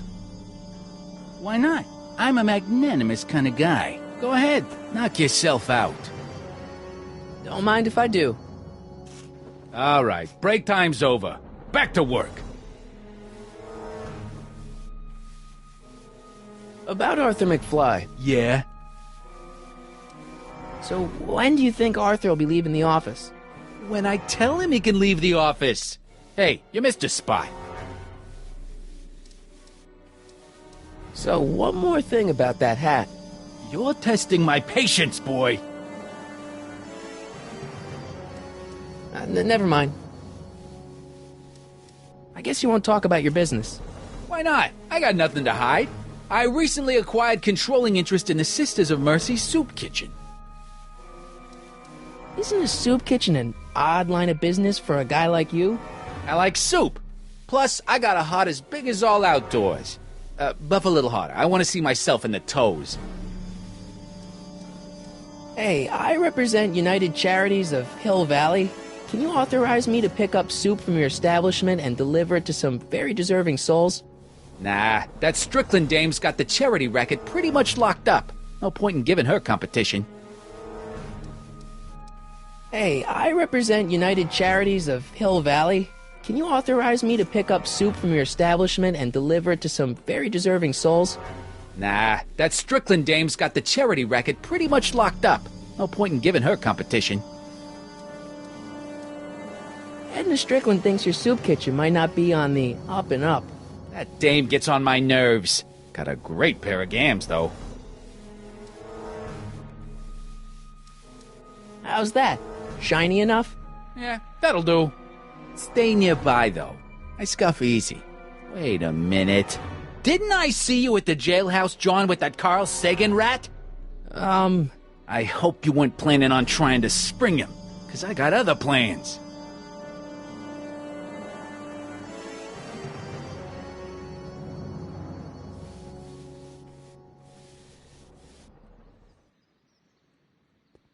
And keep an eye on Trixie. That broad's going all squirrely on me. You got it, kid. Well, you're gonna stand there like an okie, or you're gonna shine my shoes? My mistake. Yeah, you're a mistake, all right, meathead.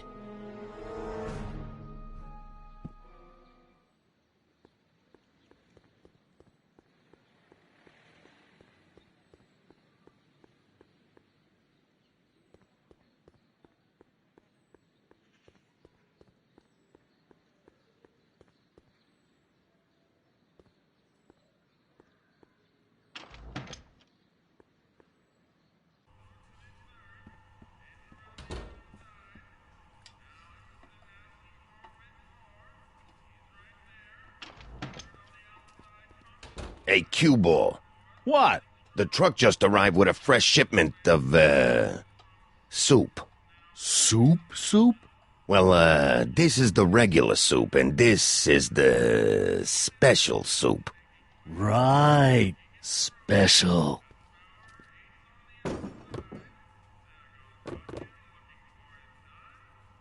Hey, what are you doing? I'm spicing up the soup. It's my secret recipe. Listen, this ain't the Savoy, and we ain't here to feed these bozos no fancy soup. The boss has got a business to rebuild, so knock off the goofing and mind your post. All right. Just try the soup. Well? I can see why you want to keep this a secret.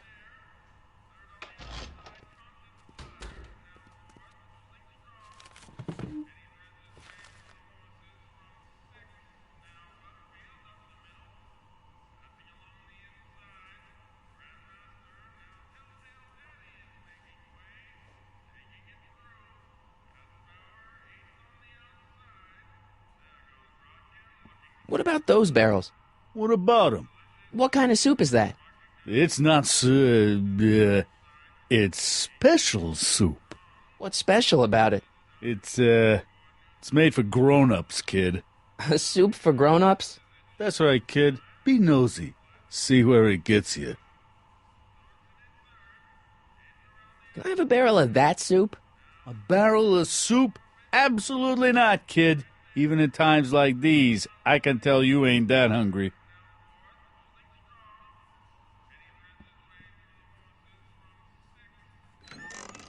Hey, where do you think you're going? The kitchen? The kitchen's for management only, rummy.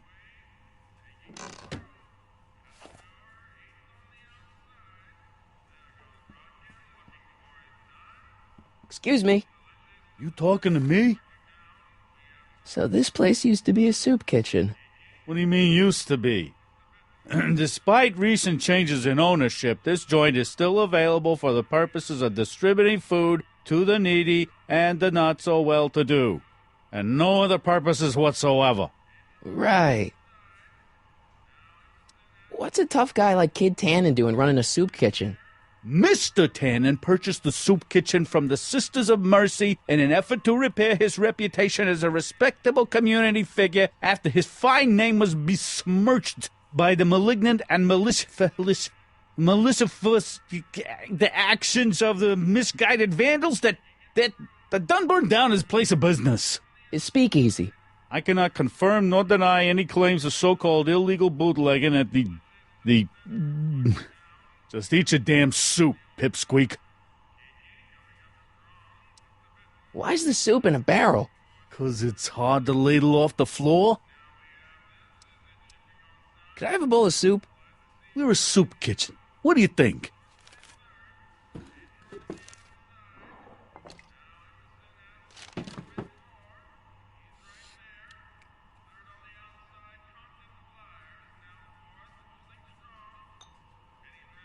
What kind of soup is this? It tastes like...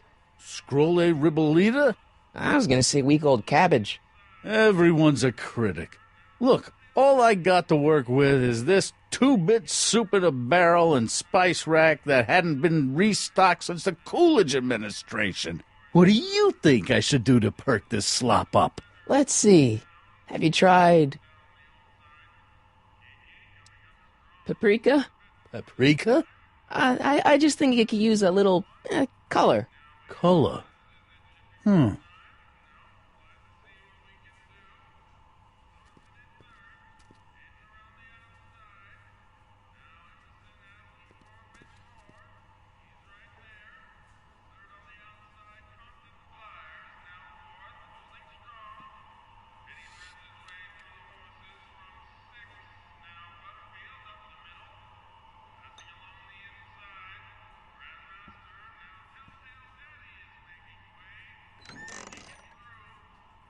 The kitchen's for management only, rummy.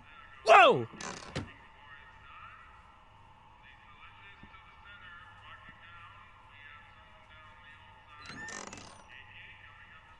The kitchen's for management only, rummy. Whoa!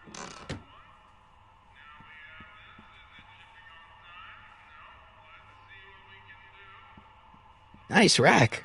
Yeah, we got all kinds of culinary enhancements back there.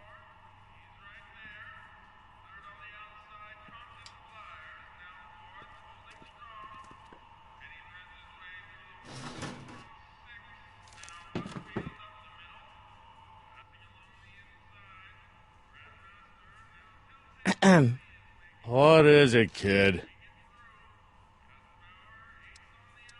Okay, I've got some more ideas about your soup. Do tell. Let's see. Have you tried...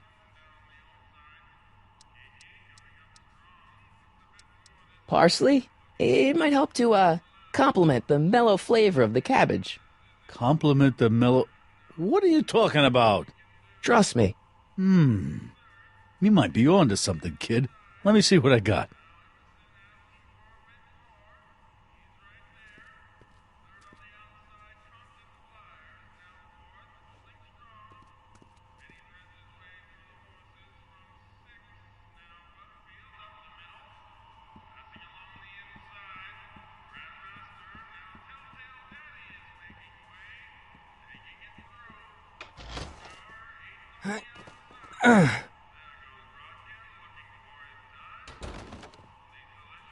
There's no way I'm gonna keep that door open without some help. Huddle up, Emmett. Huddle? Just listen up for a second. Alright, I think I figured out which barrels have the hooch. Then what are you waiting for? He's not just gonna give me a barrel. Of course. Well, you seem to have a way with people, so I'll leave it up to you to trick that lummox into giving up his moonshine. Emmett, I can't get into the door over there. Those tables are jamming it shut. The door? So your plan is to just waltz in there and take a barrel of alcohol? No, of course not. That would be stupid, right? I'll say. Still, I'd like to get that door open. I can't do anything from out here. Well, it's a simple matter of physics. A lever, some sort of stop. Let me see what I can come up with.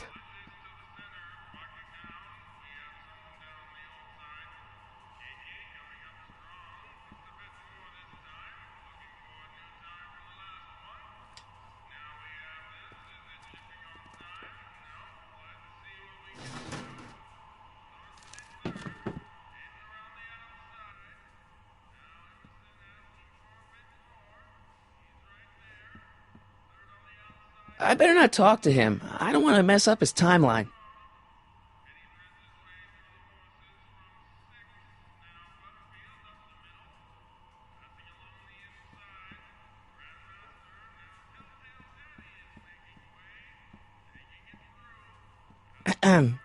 What is it, kid?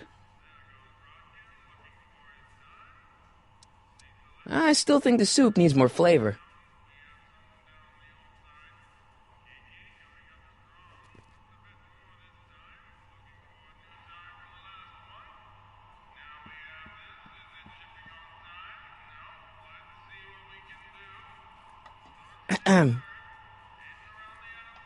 Okay. Hey, never mind.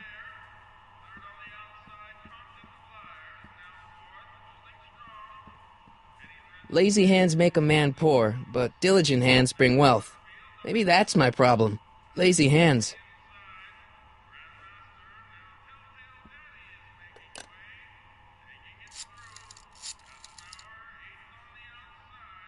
Brown residents.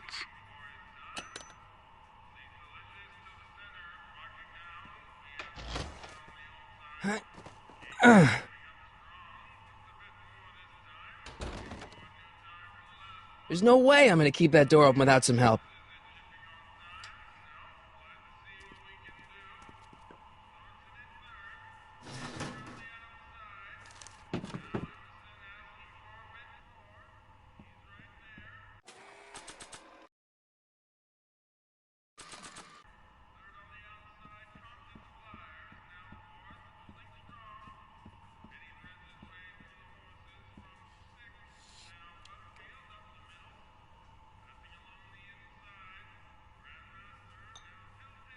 I still think the soup needs more flavor.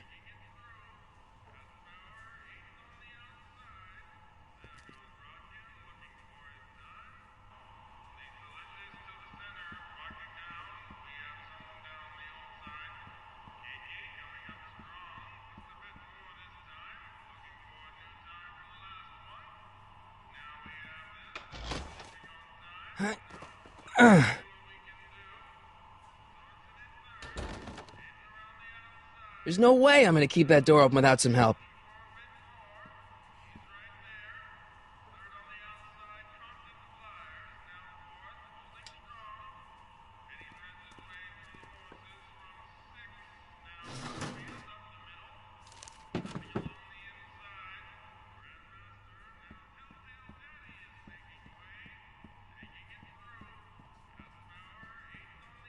Eureka!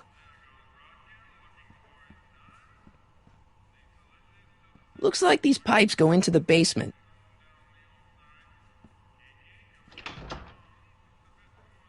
Ah, Miss Strickland. Come for some more soup? Come now, Mr. Donnelly. You know I wouldn't set one foot in this mockery of all that is good and decent if the poor of Hill Valley weren't so dependent on Mr. Tannen's overblown show of generosity. Was that a yes? Just give me the soup before I gag on the hypocrisy.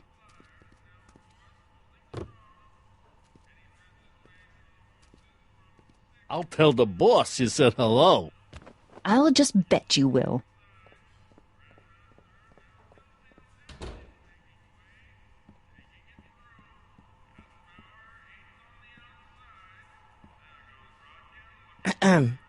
What is it, kid?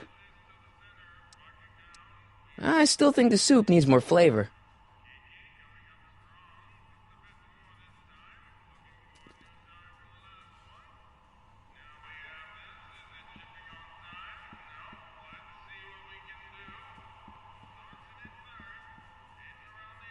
I hope Doc Jr.'s thingamabob holds out.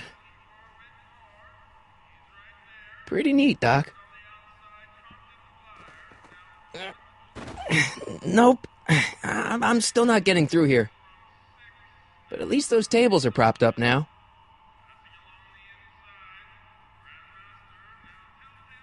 Emmett.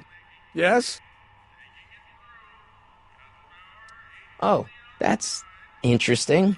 Just a little mechanical ingenuity. In the end, the door is open. Yeah, good job.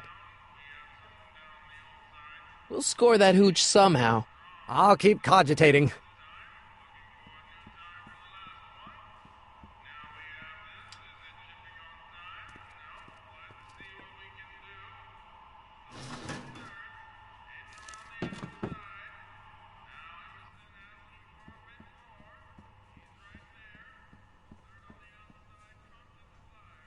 Looks like these pipes go into the basement.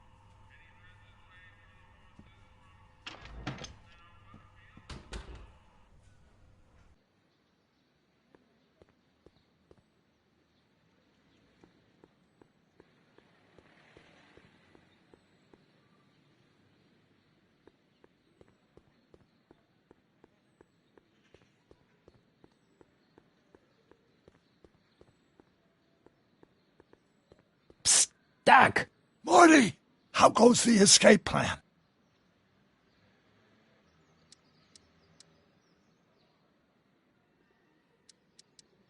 I hate to tell you, Doc, but your last time departed display is on the fritz. It is?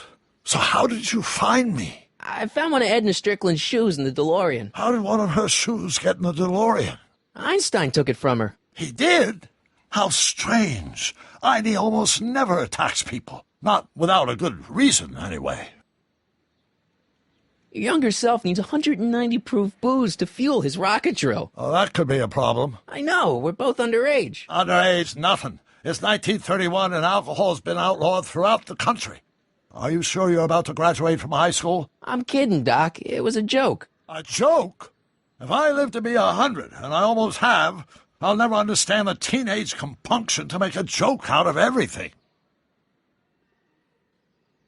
Your younger self needs 190 proof booze to fuel his rocket drill. Oh, that could be a problem. I know, we're both underage. Underage, nothing. It's 1931 and alcohol's been outlawed throughout the country. Are you sure you're about to graduate from high school? I'm kidding, Doc. It was a joke. A joke? If I live to be 100, and I almost have, I'll never understand the teenage compunction to make a joke out of everything.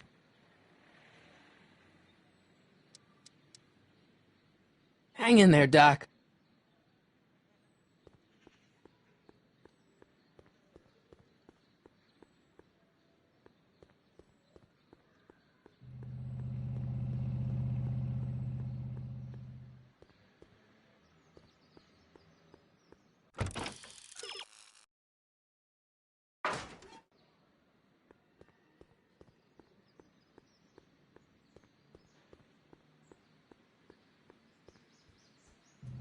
Nice bike.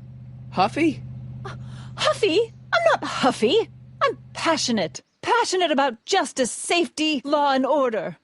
Never mind. Hey, Miss Strickland. Oh, hello, Mr. Callahan. Try not to draw any undue attention my way. I'm on the trail of a hot new scoop, as we in the newspaper business say.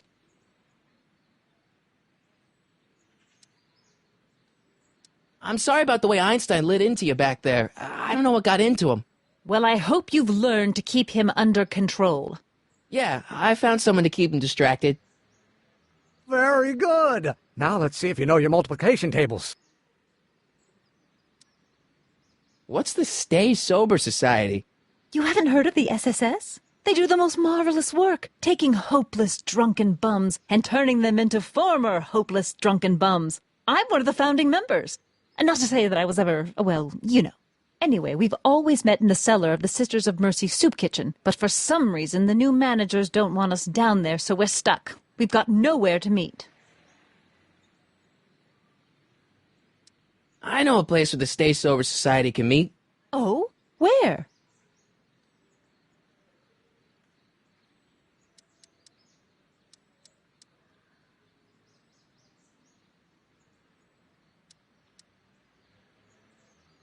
You could meet in the Speakeasy, the one that got bombed last Wednesday.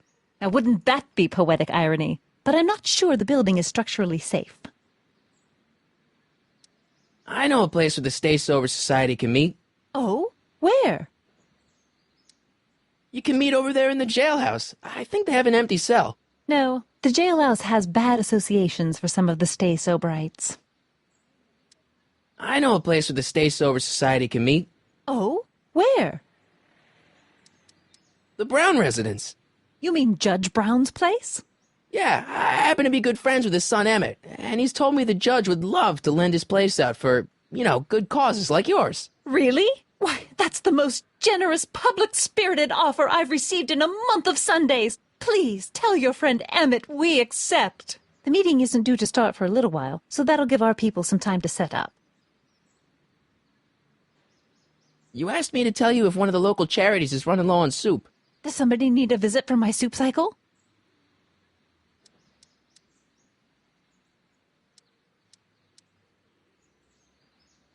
The Stay Sober Society. Bless you for thinking of them. But that meeting isn't scheduled to start for a little while, and we wouldn't want them eating cold soup.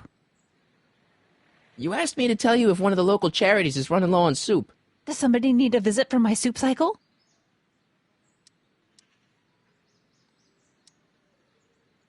The insane asylum. Those inmates are crazy for soup.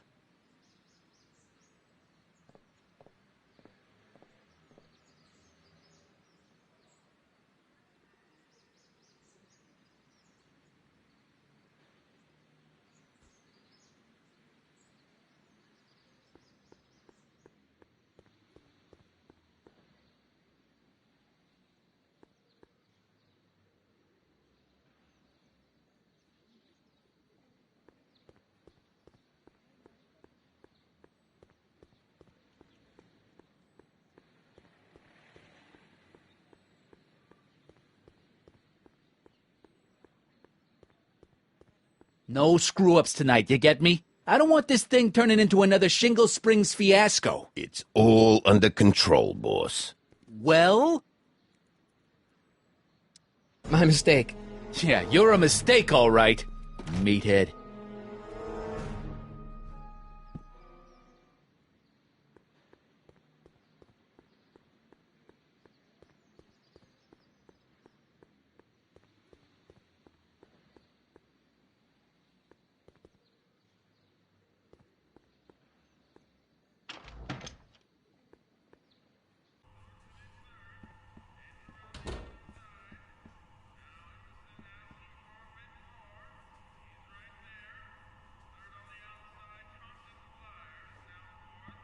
I hope Doc Jr.'s thingamabob holds out.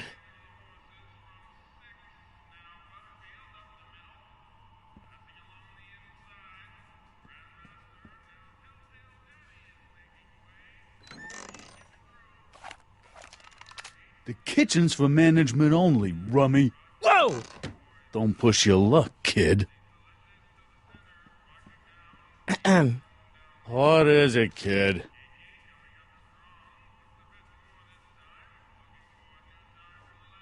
So this place used to be a soup kitchen. What do you mean used to be? Despite recent changes in ownership, this joint is still available for the purposes of distributing food to the needy and the not-so-well-to-do. And no other purposes whatsoever. Right. Mind if I look around a bit? No.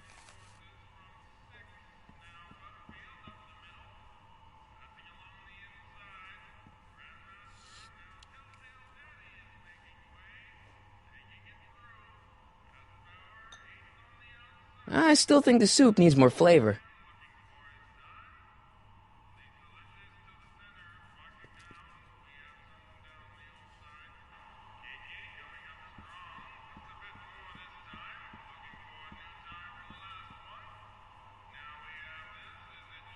I hope Doc Jr.'s thingamabob holds out.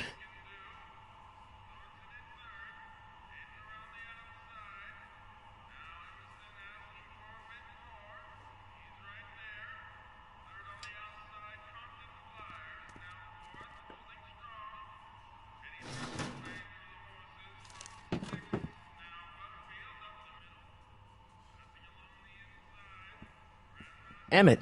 Yes? We'll score that hooch somehow. I'll keep cogitating.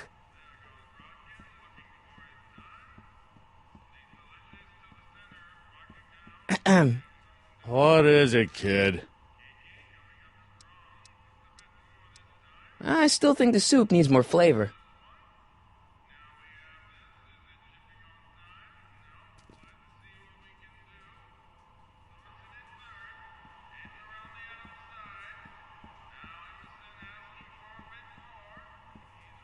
Pretty neat, Doc.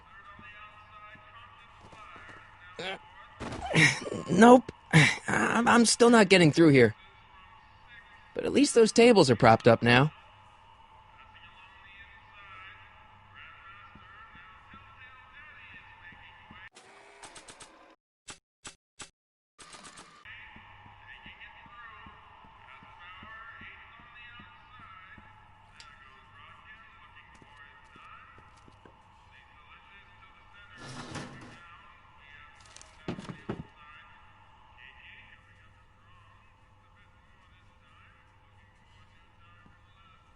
Looks like these pipes go into the basement.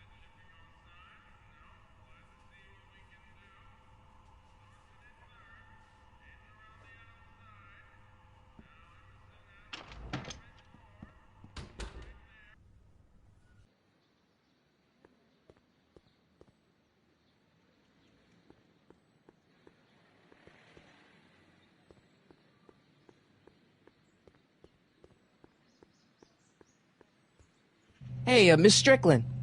Oh, hello, Mr. Callahan. Try not to draw any undue attention my way. I'm on the trail of a hot new scoop, as we in the newspaper business say. You asked me to tell you if one of the local charities is running low on soup. Does somebody need a visit from my soup cycle?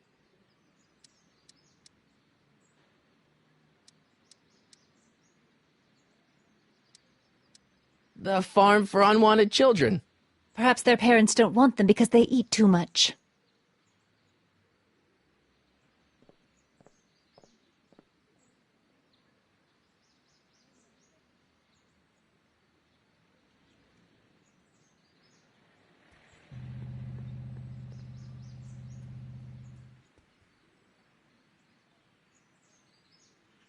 Any idea where we could find Artie?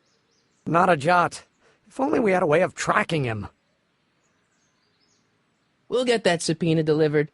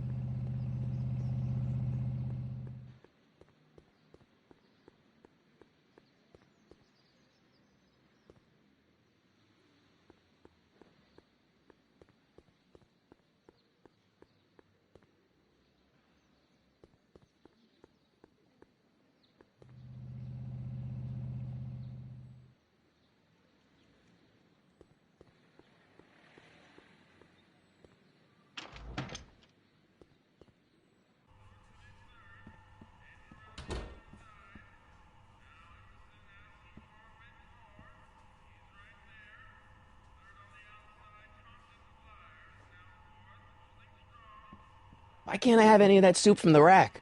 'Cause it ain't the soup du jour. Nice rack. Yeah, we got all kinds of culinary enhancements back there. It's kind of blocked off there, isn't it? Yeah, but what can you do?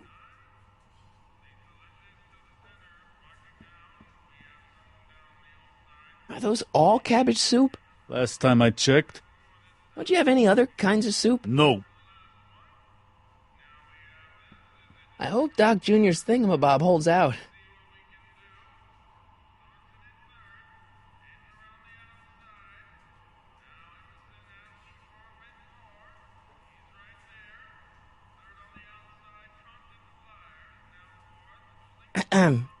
What is it, kid?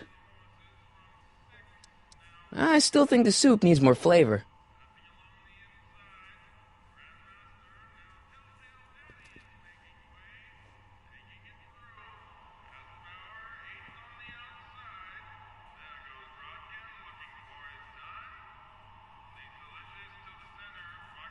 I hope Doc Jr.'s thingamabob holds out.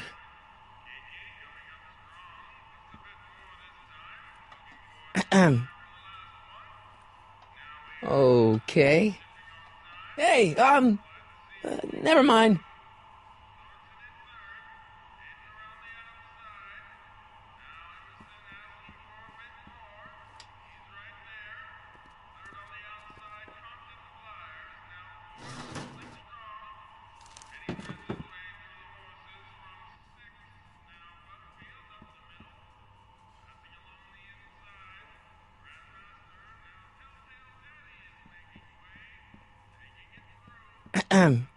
What is it, kid?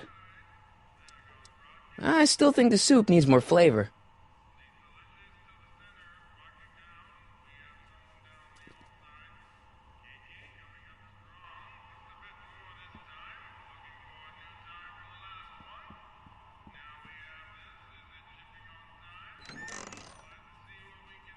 The kitchen's for management only, rummy. Whoa!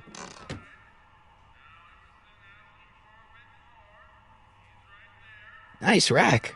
Yeah, we got all kinds of culinary enhancements back there.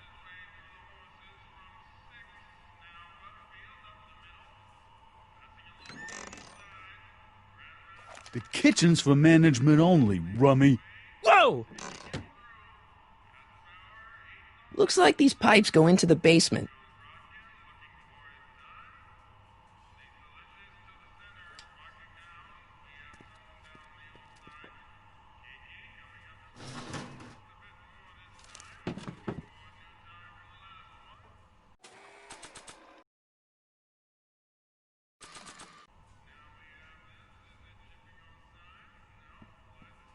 Not sure what that...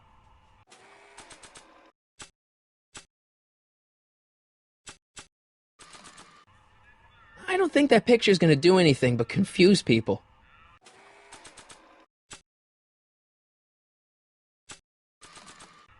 I don't want to record them right now.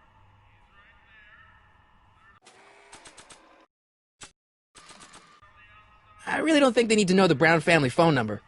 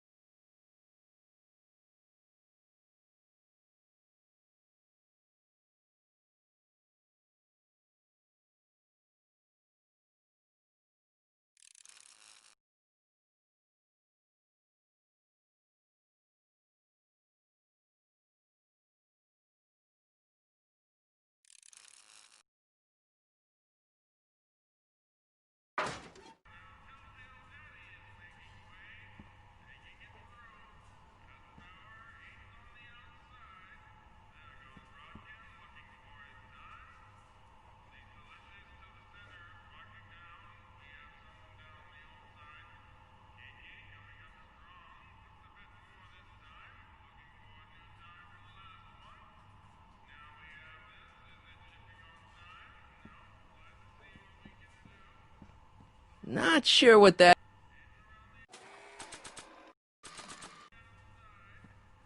Looks like these pipes go into the basement.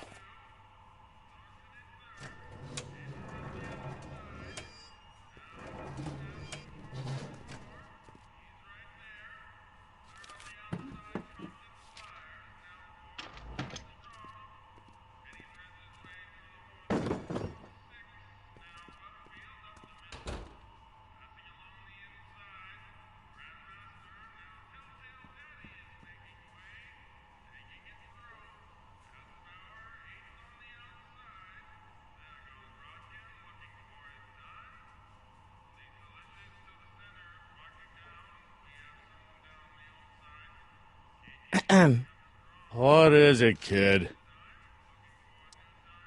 I still think the soup needs more flavor.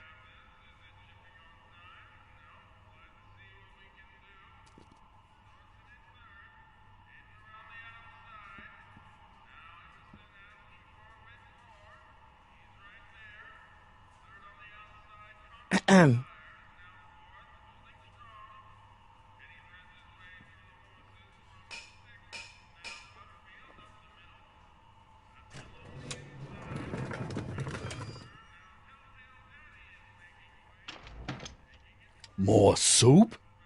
Please. And tell Kid that soup or no soup, he's not fooling anyone.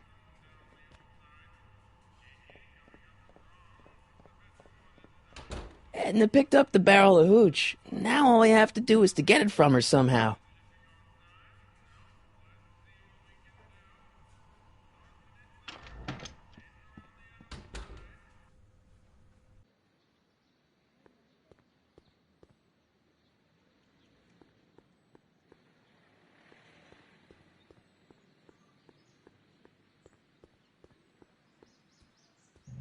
Looks pretty sturdy.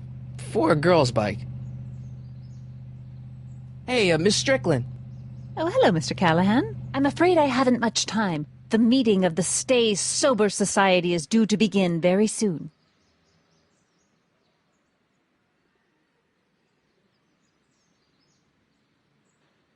You asked me to tell you if one of the local charities is running low on soup.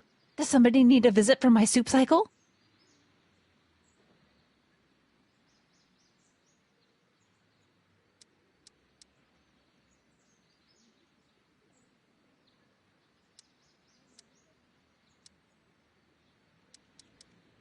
Never mind, I'm wrong. The pool hall isn't a charity. Certainly not. I got a book. Oh? Where?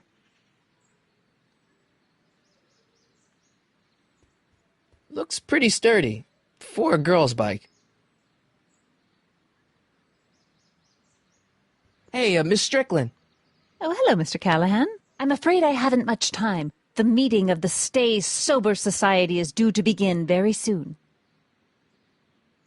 You asked me to tell you if one of the local charities is running low on soup. Does somebody need a visit from my soup cycle? The orphanage. No, they've already got all the soup they can handle. You asked me to tell you if one of the local charities is running low on soup. Does somebody need a visit from my soup cycle? The Farm for Unwanted Children. No, they've already received their quota for the month. You asked me to tell you if one of the local charities is running low on soup. Does somebody need a visit from my soup cycle? The Rest Home. No, it's way past their bedtime. You asked me to tell you if one of the local charities is running low on soup. Does somebody need a visit from my soup cycle? The Insane Asylum. No, too much soup makes them nervous. I'm sorry about the way Einstein lit into you back there. I don't know what got into him. Well, I hope you've learned to keep him under control. Yeah, I found someone to keep him distracted. Very good. Now let's see if you know your multiplication tables. I got a book.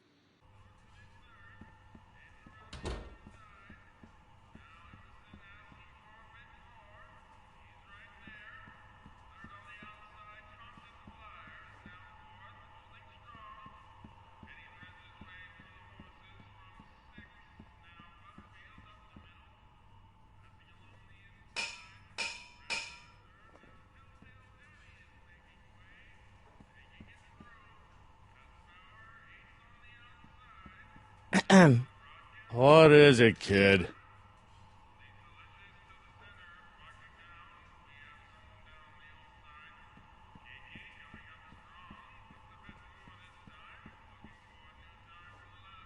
I hope Doc Jr.'s thingamabob holds out.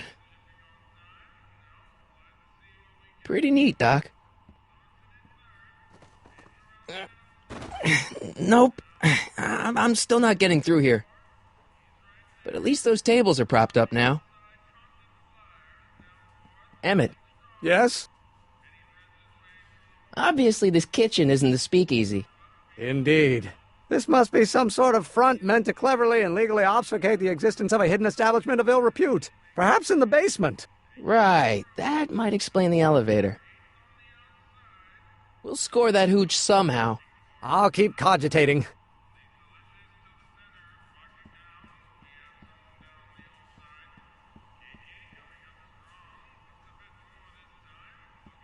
What about those barrels? Can I take one of those? Look, kid, bowls. You get a bowl of soup and a cut of bread. The only person who gets barrels is the Strickland dame. Edna? That's right. She delivers the barrels to people and places what can't come into the soup kitchen. Organizations for the elderly and the infirm.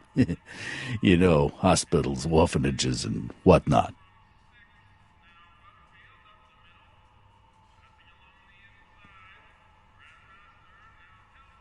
I hope Doc Jr.'s thingamabob holds out.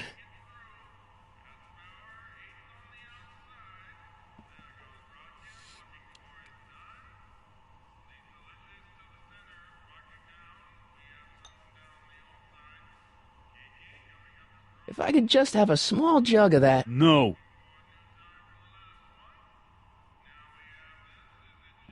Nice rack. Yeah, we got all kinds of culinary enhancements back there. It's kind of blocked off there, isn't it? Yeah, but what can you do?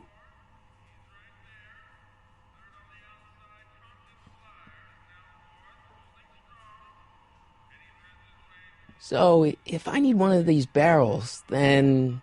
Then talk to Strickland, kid, 'cause you ain't getting one from me.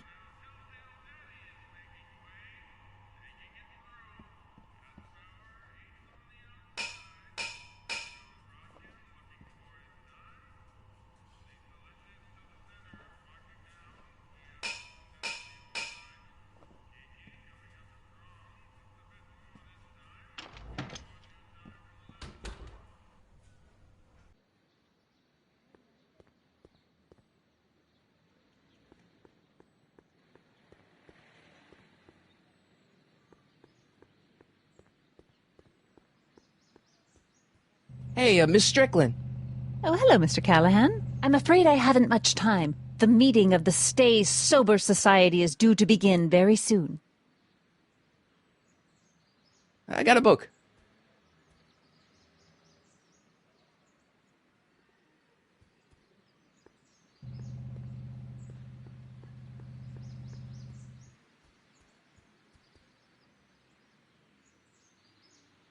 We'll get that subpoena delivered.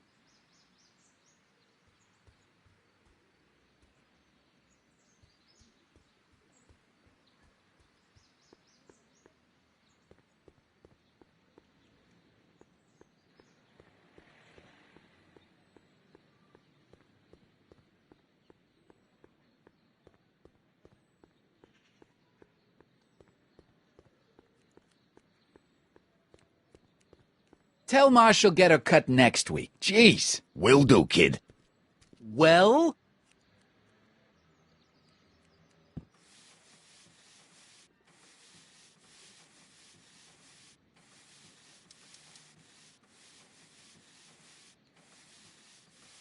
About that Carl Sagan guy. I'm sure he wasn't the one who burned down your speakeasy, social club. You're touching a sensitive nerve, shoeshine boy. A little more rubbing, a little less talking. Hey, I represent United Charities of Hill Valley. Can you authorize me to pick up soup from your establishment and deliver it to some very deserving souls? Nah, that Strickland dame's got the charity racket pretty much locked up. No point in giving her competition.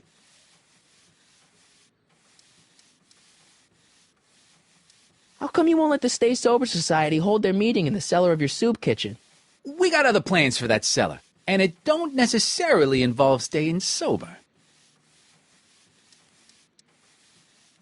Hey, I represent United Charities of Hill Valley. Can you authorize me to pick up soup from your establishment and deliver it to some very deserving souls? Nah, that Strickland dame's got the charity racket pretty much locked up. No point in giving her competition.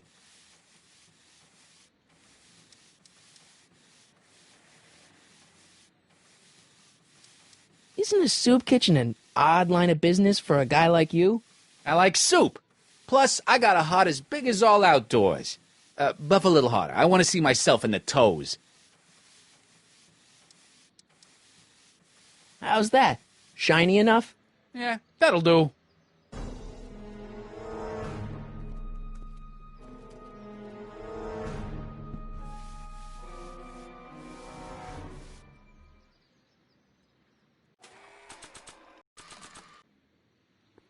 Spread the word to everyone. No one burns down Kid Tannen's property. Everyone it is, boss. Well?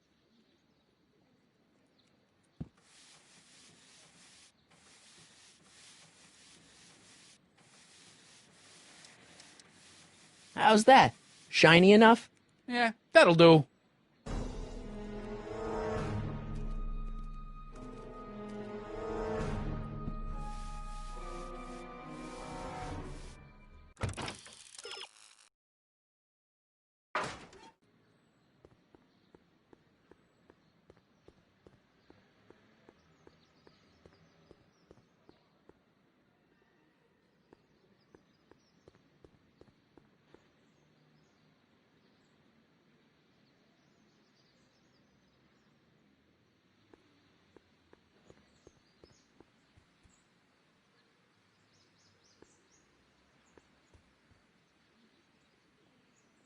Hey, Miss Strickland.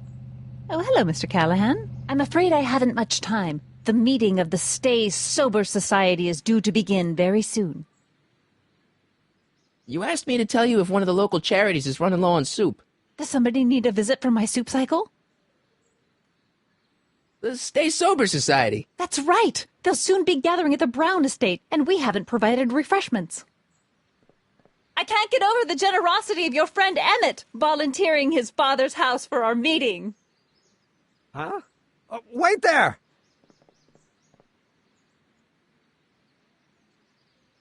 Harry! What in the name of Thomas Alva Edison do you think you're doing?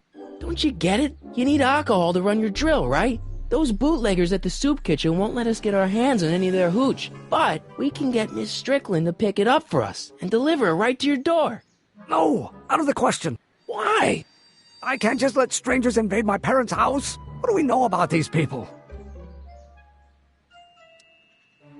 They're really polite. We don't know that. They're a bunch of really great guys. We don't know that. They're sober. It says so right in the name. Well, okay, but Pop needs his peace and quiet at the end of the day. This meeting is sure to be too noisy for him.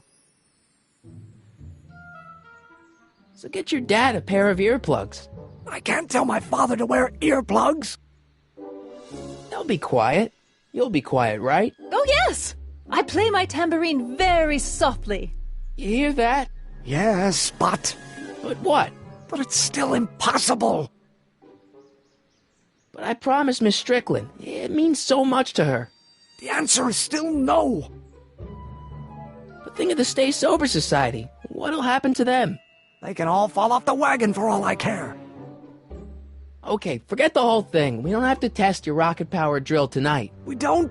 No. I'll take the train back to Washington and I'll tell the folks at the office to give the patent to Dr. McCoy. Wait!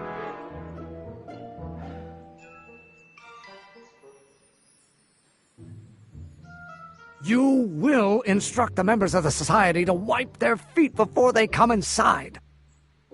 Then you are Emmett Brown. I thought as much. You have such a righteous face. Edna Strickland, I don't know how to thank you for your generosity. Pleased to meet you. The feeling is mutual. I've got a bad feeling about this. You worry too much, Emmett. Now all we gotta do is serve that subpoena, and we're off to build your rocket drill. And get my patent. Yeah, your, patent.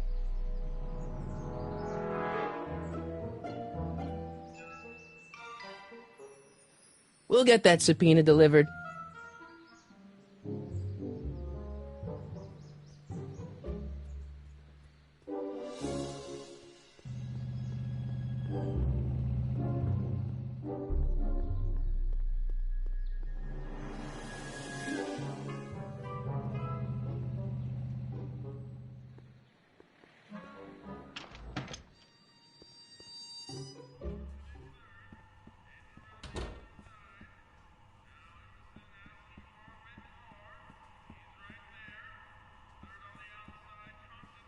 Emmett.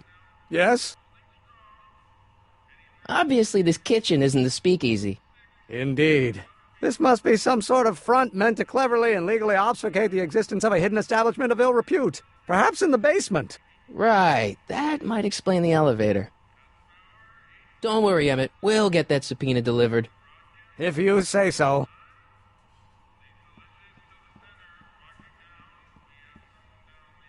Emmett. Yes? Don't worry, Emmett. We'll get that subpoena delivered. If you say so.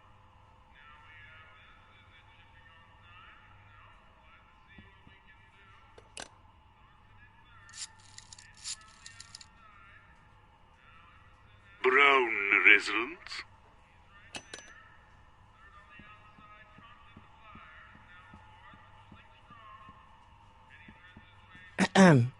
What is it, kid?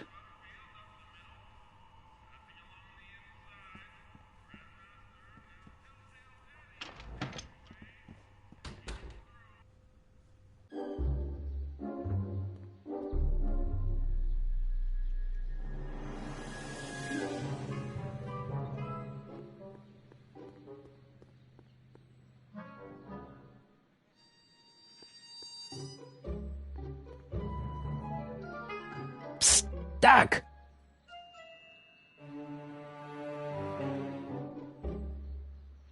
Guess what? In order to free up your younger self to complete the rocket drill, I'm gonna have to serve my own grandfather with a subpoena. Great Scott! Actually, his name's Arthur. He's Kid Tannen's accountant.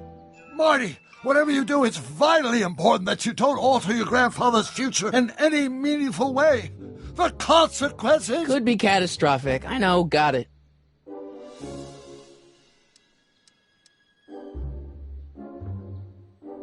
Got any advice for dealing with Kid Tannen? Stay as far away from him as possible. The criminals of this era may be snappy dresses, but most of them are violent psychopaths.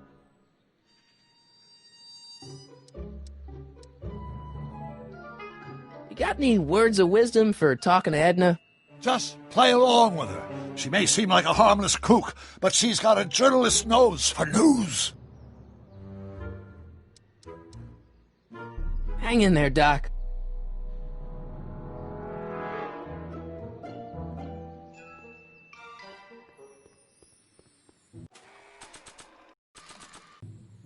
Not sure what that...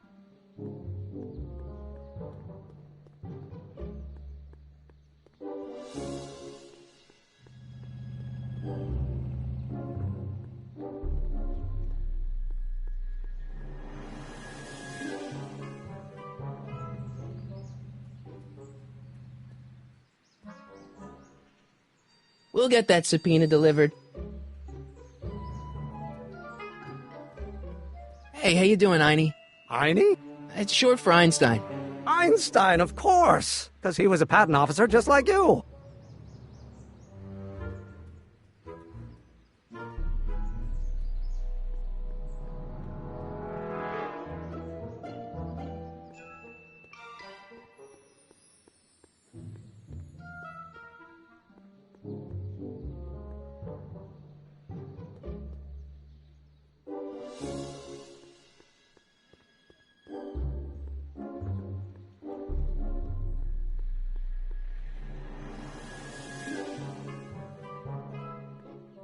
I don't need to go in there anymore.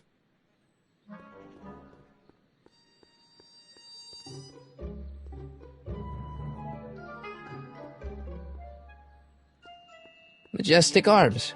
Transients welcome. I'm not so sure I want to stay in a place that welcomes transients.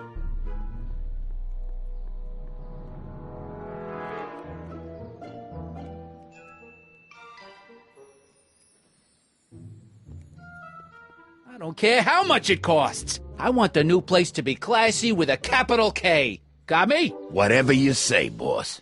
Well?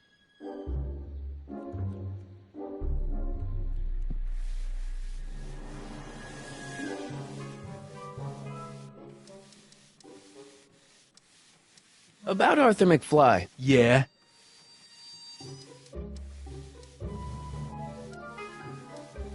Since you're Arthur's boss, you know where he is, right? He's at the, office. Where's the office? I forget. So, one more thing about that hat. You're testing my patience, boy. Could I buy Arthur's hat off you? Could you keep your mind on your work, huh? Shoeshine boy? I'm hanging on to my peanut ball.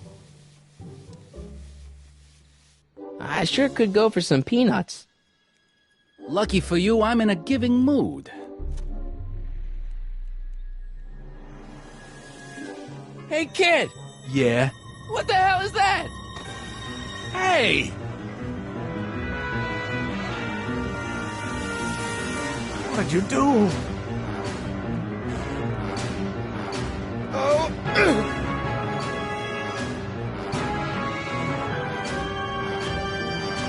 Give me that hat, you lousy crook! Emmett!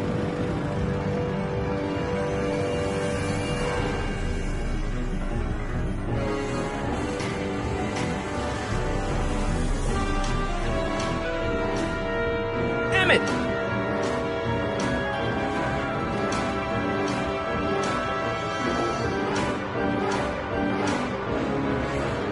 Nobody makes a monkey out of Kid Tannen! Hey!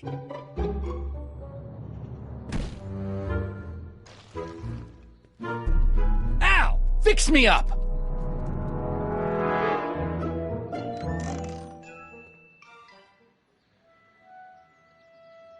Where'd you learn how to move like that? Sandlot football.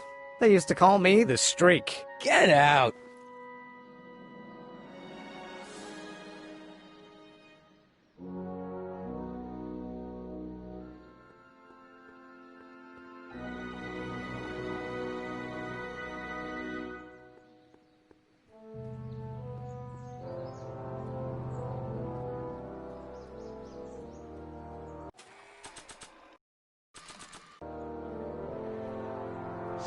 Hey, honey, come here for a sec, boy. Hey, boy, can you find the guy who belongs to this hat? Where's he going? Only one way to find out.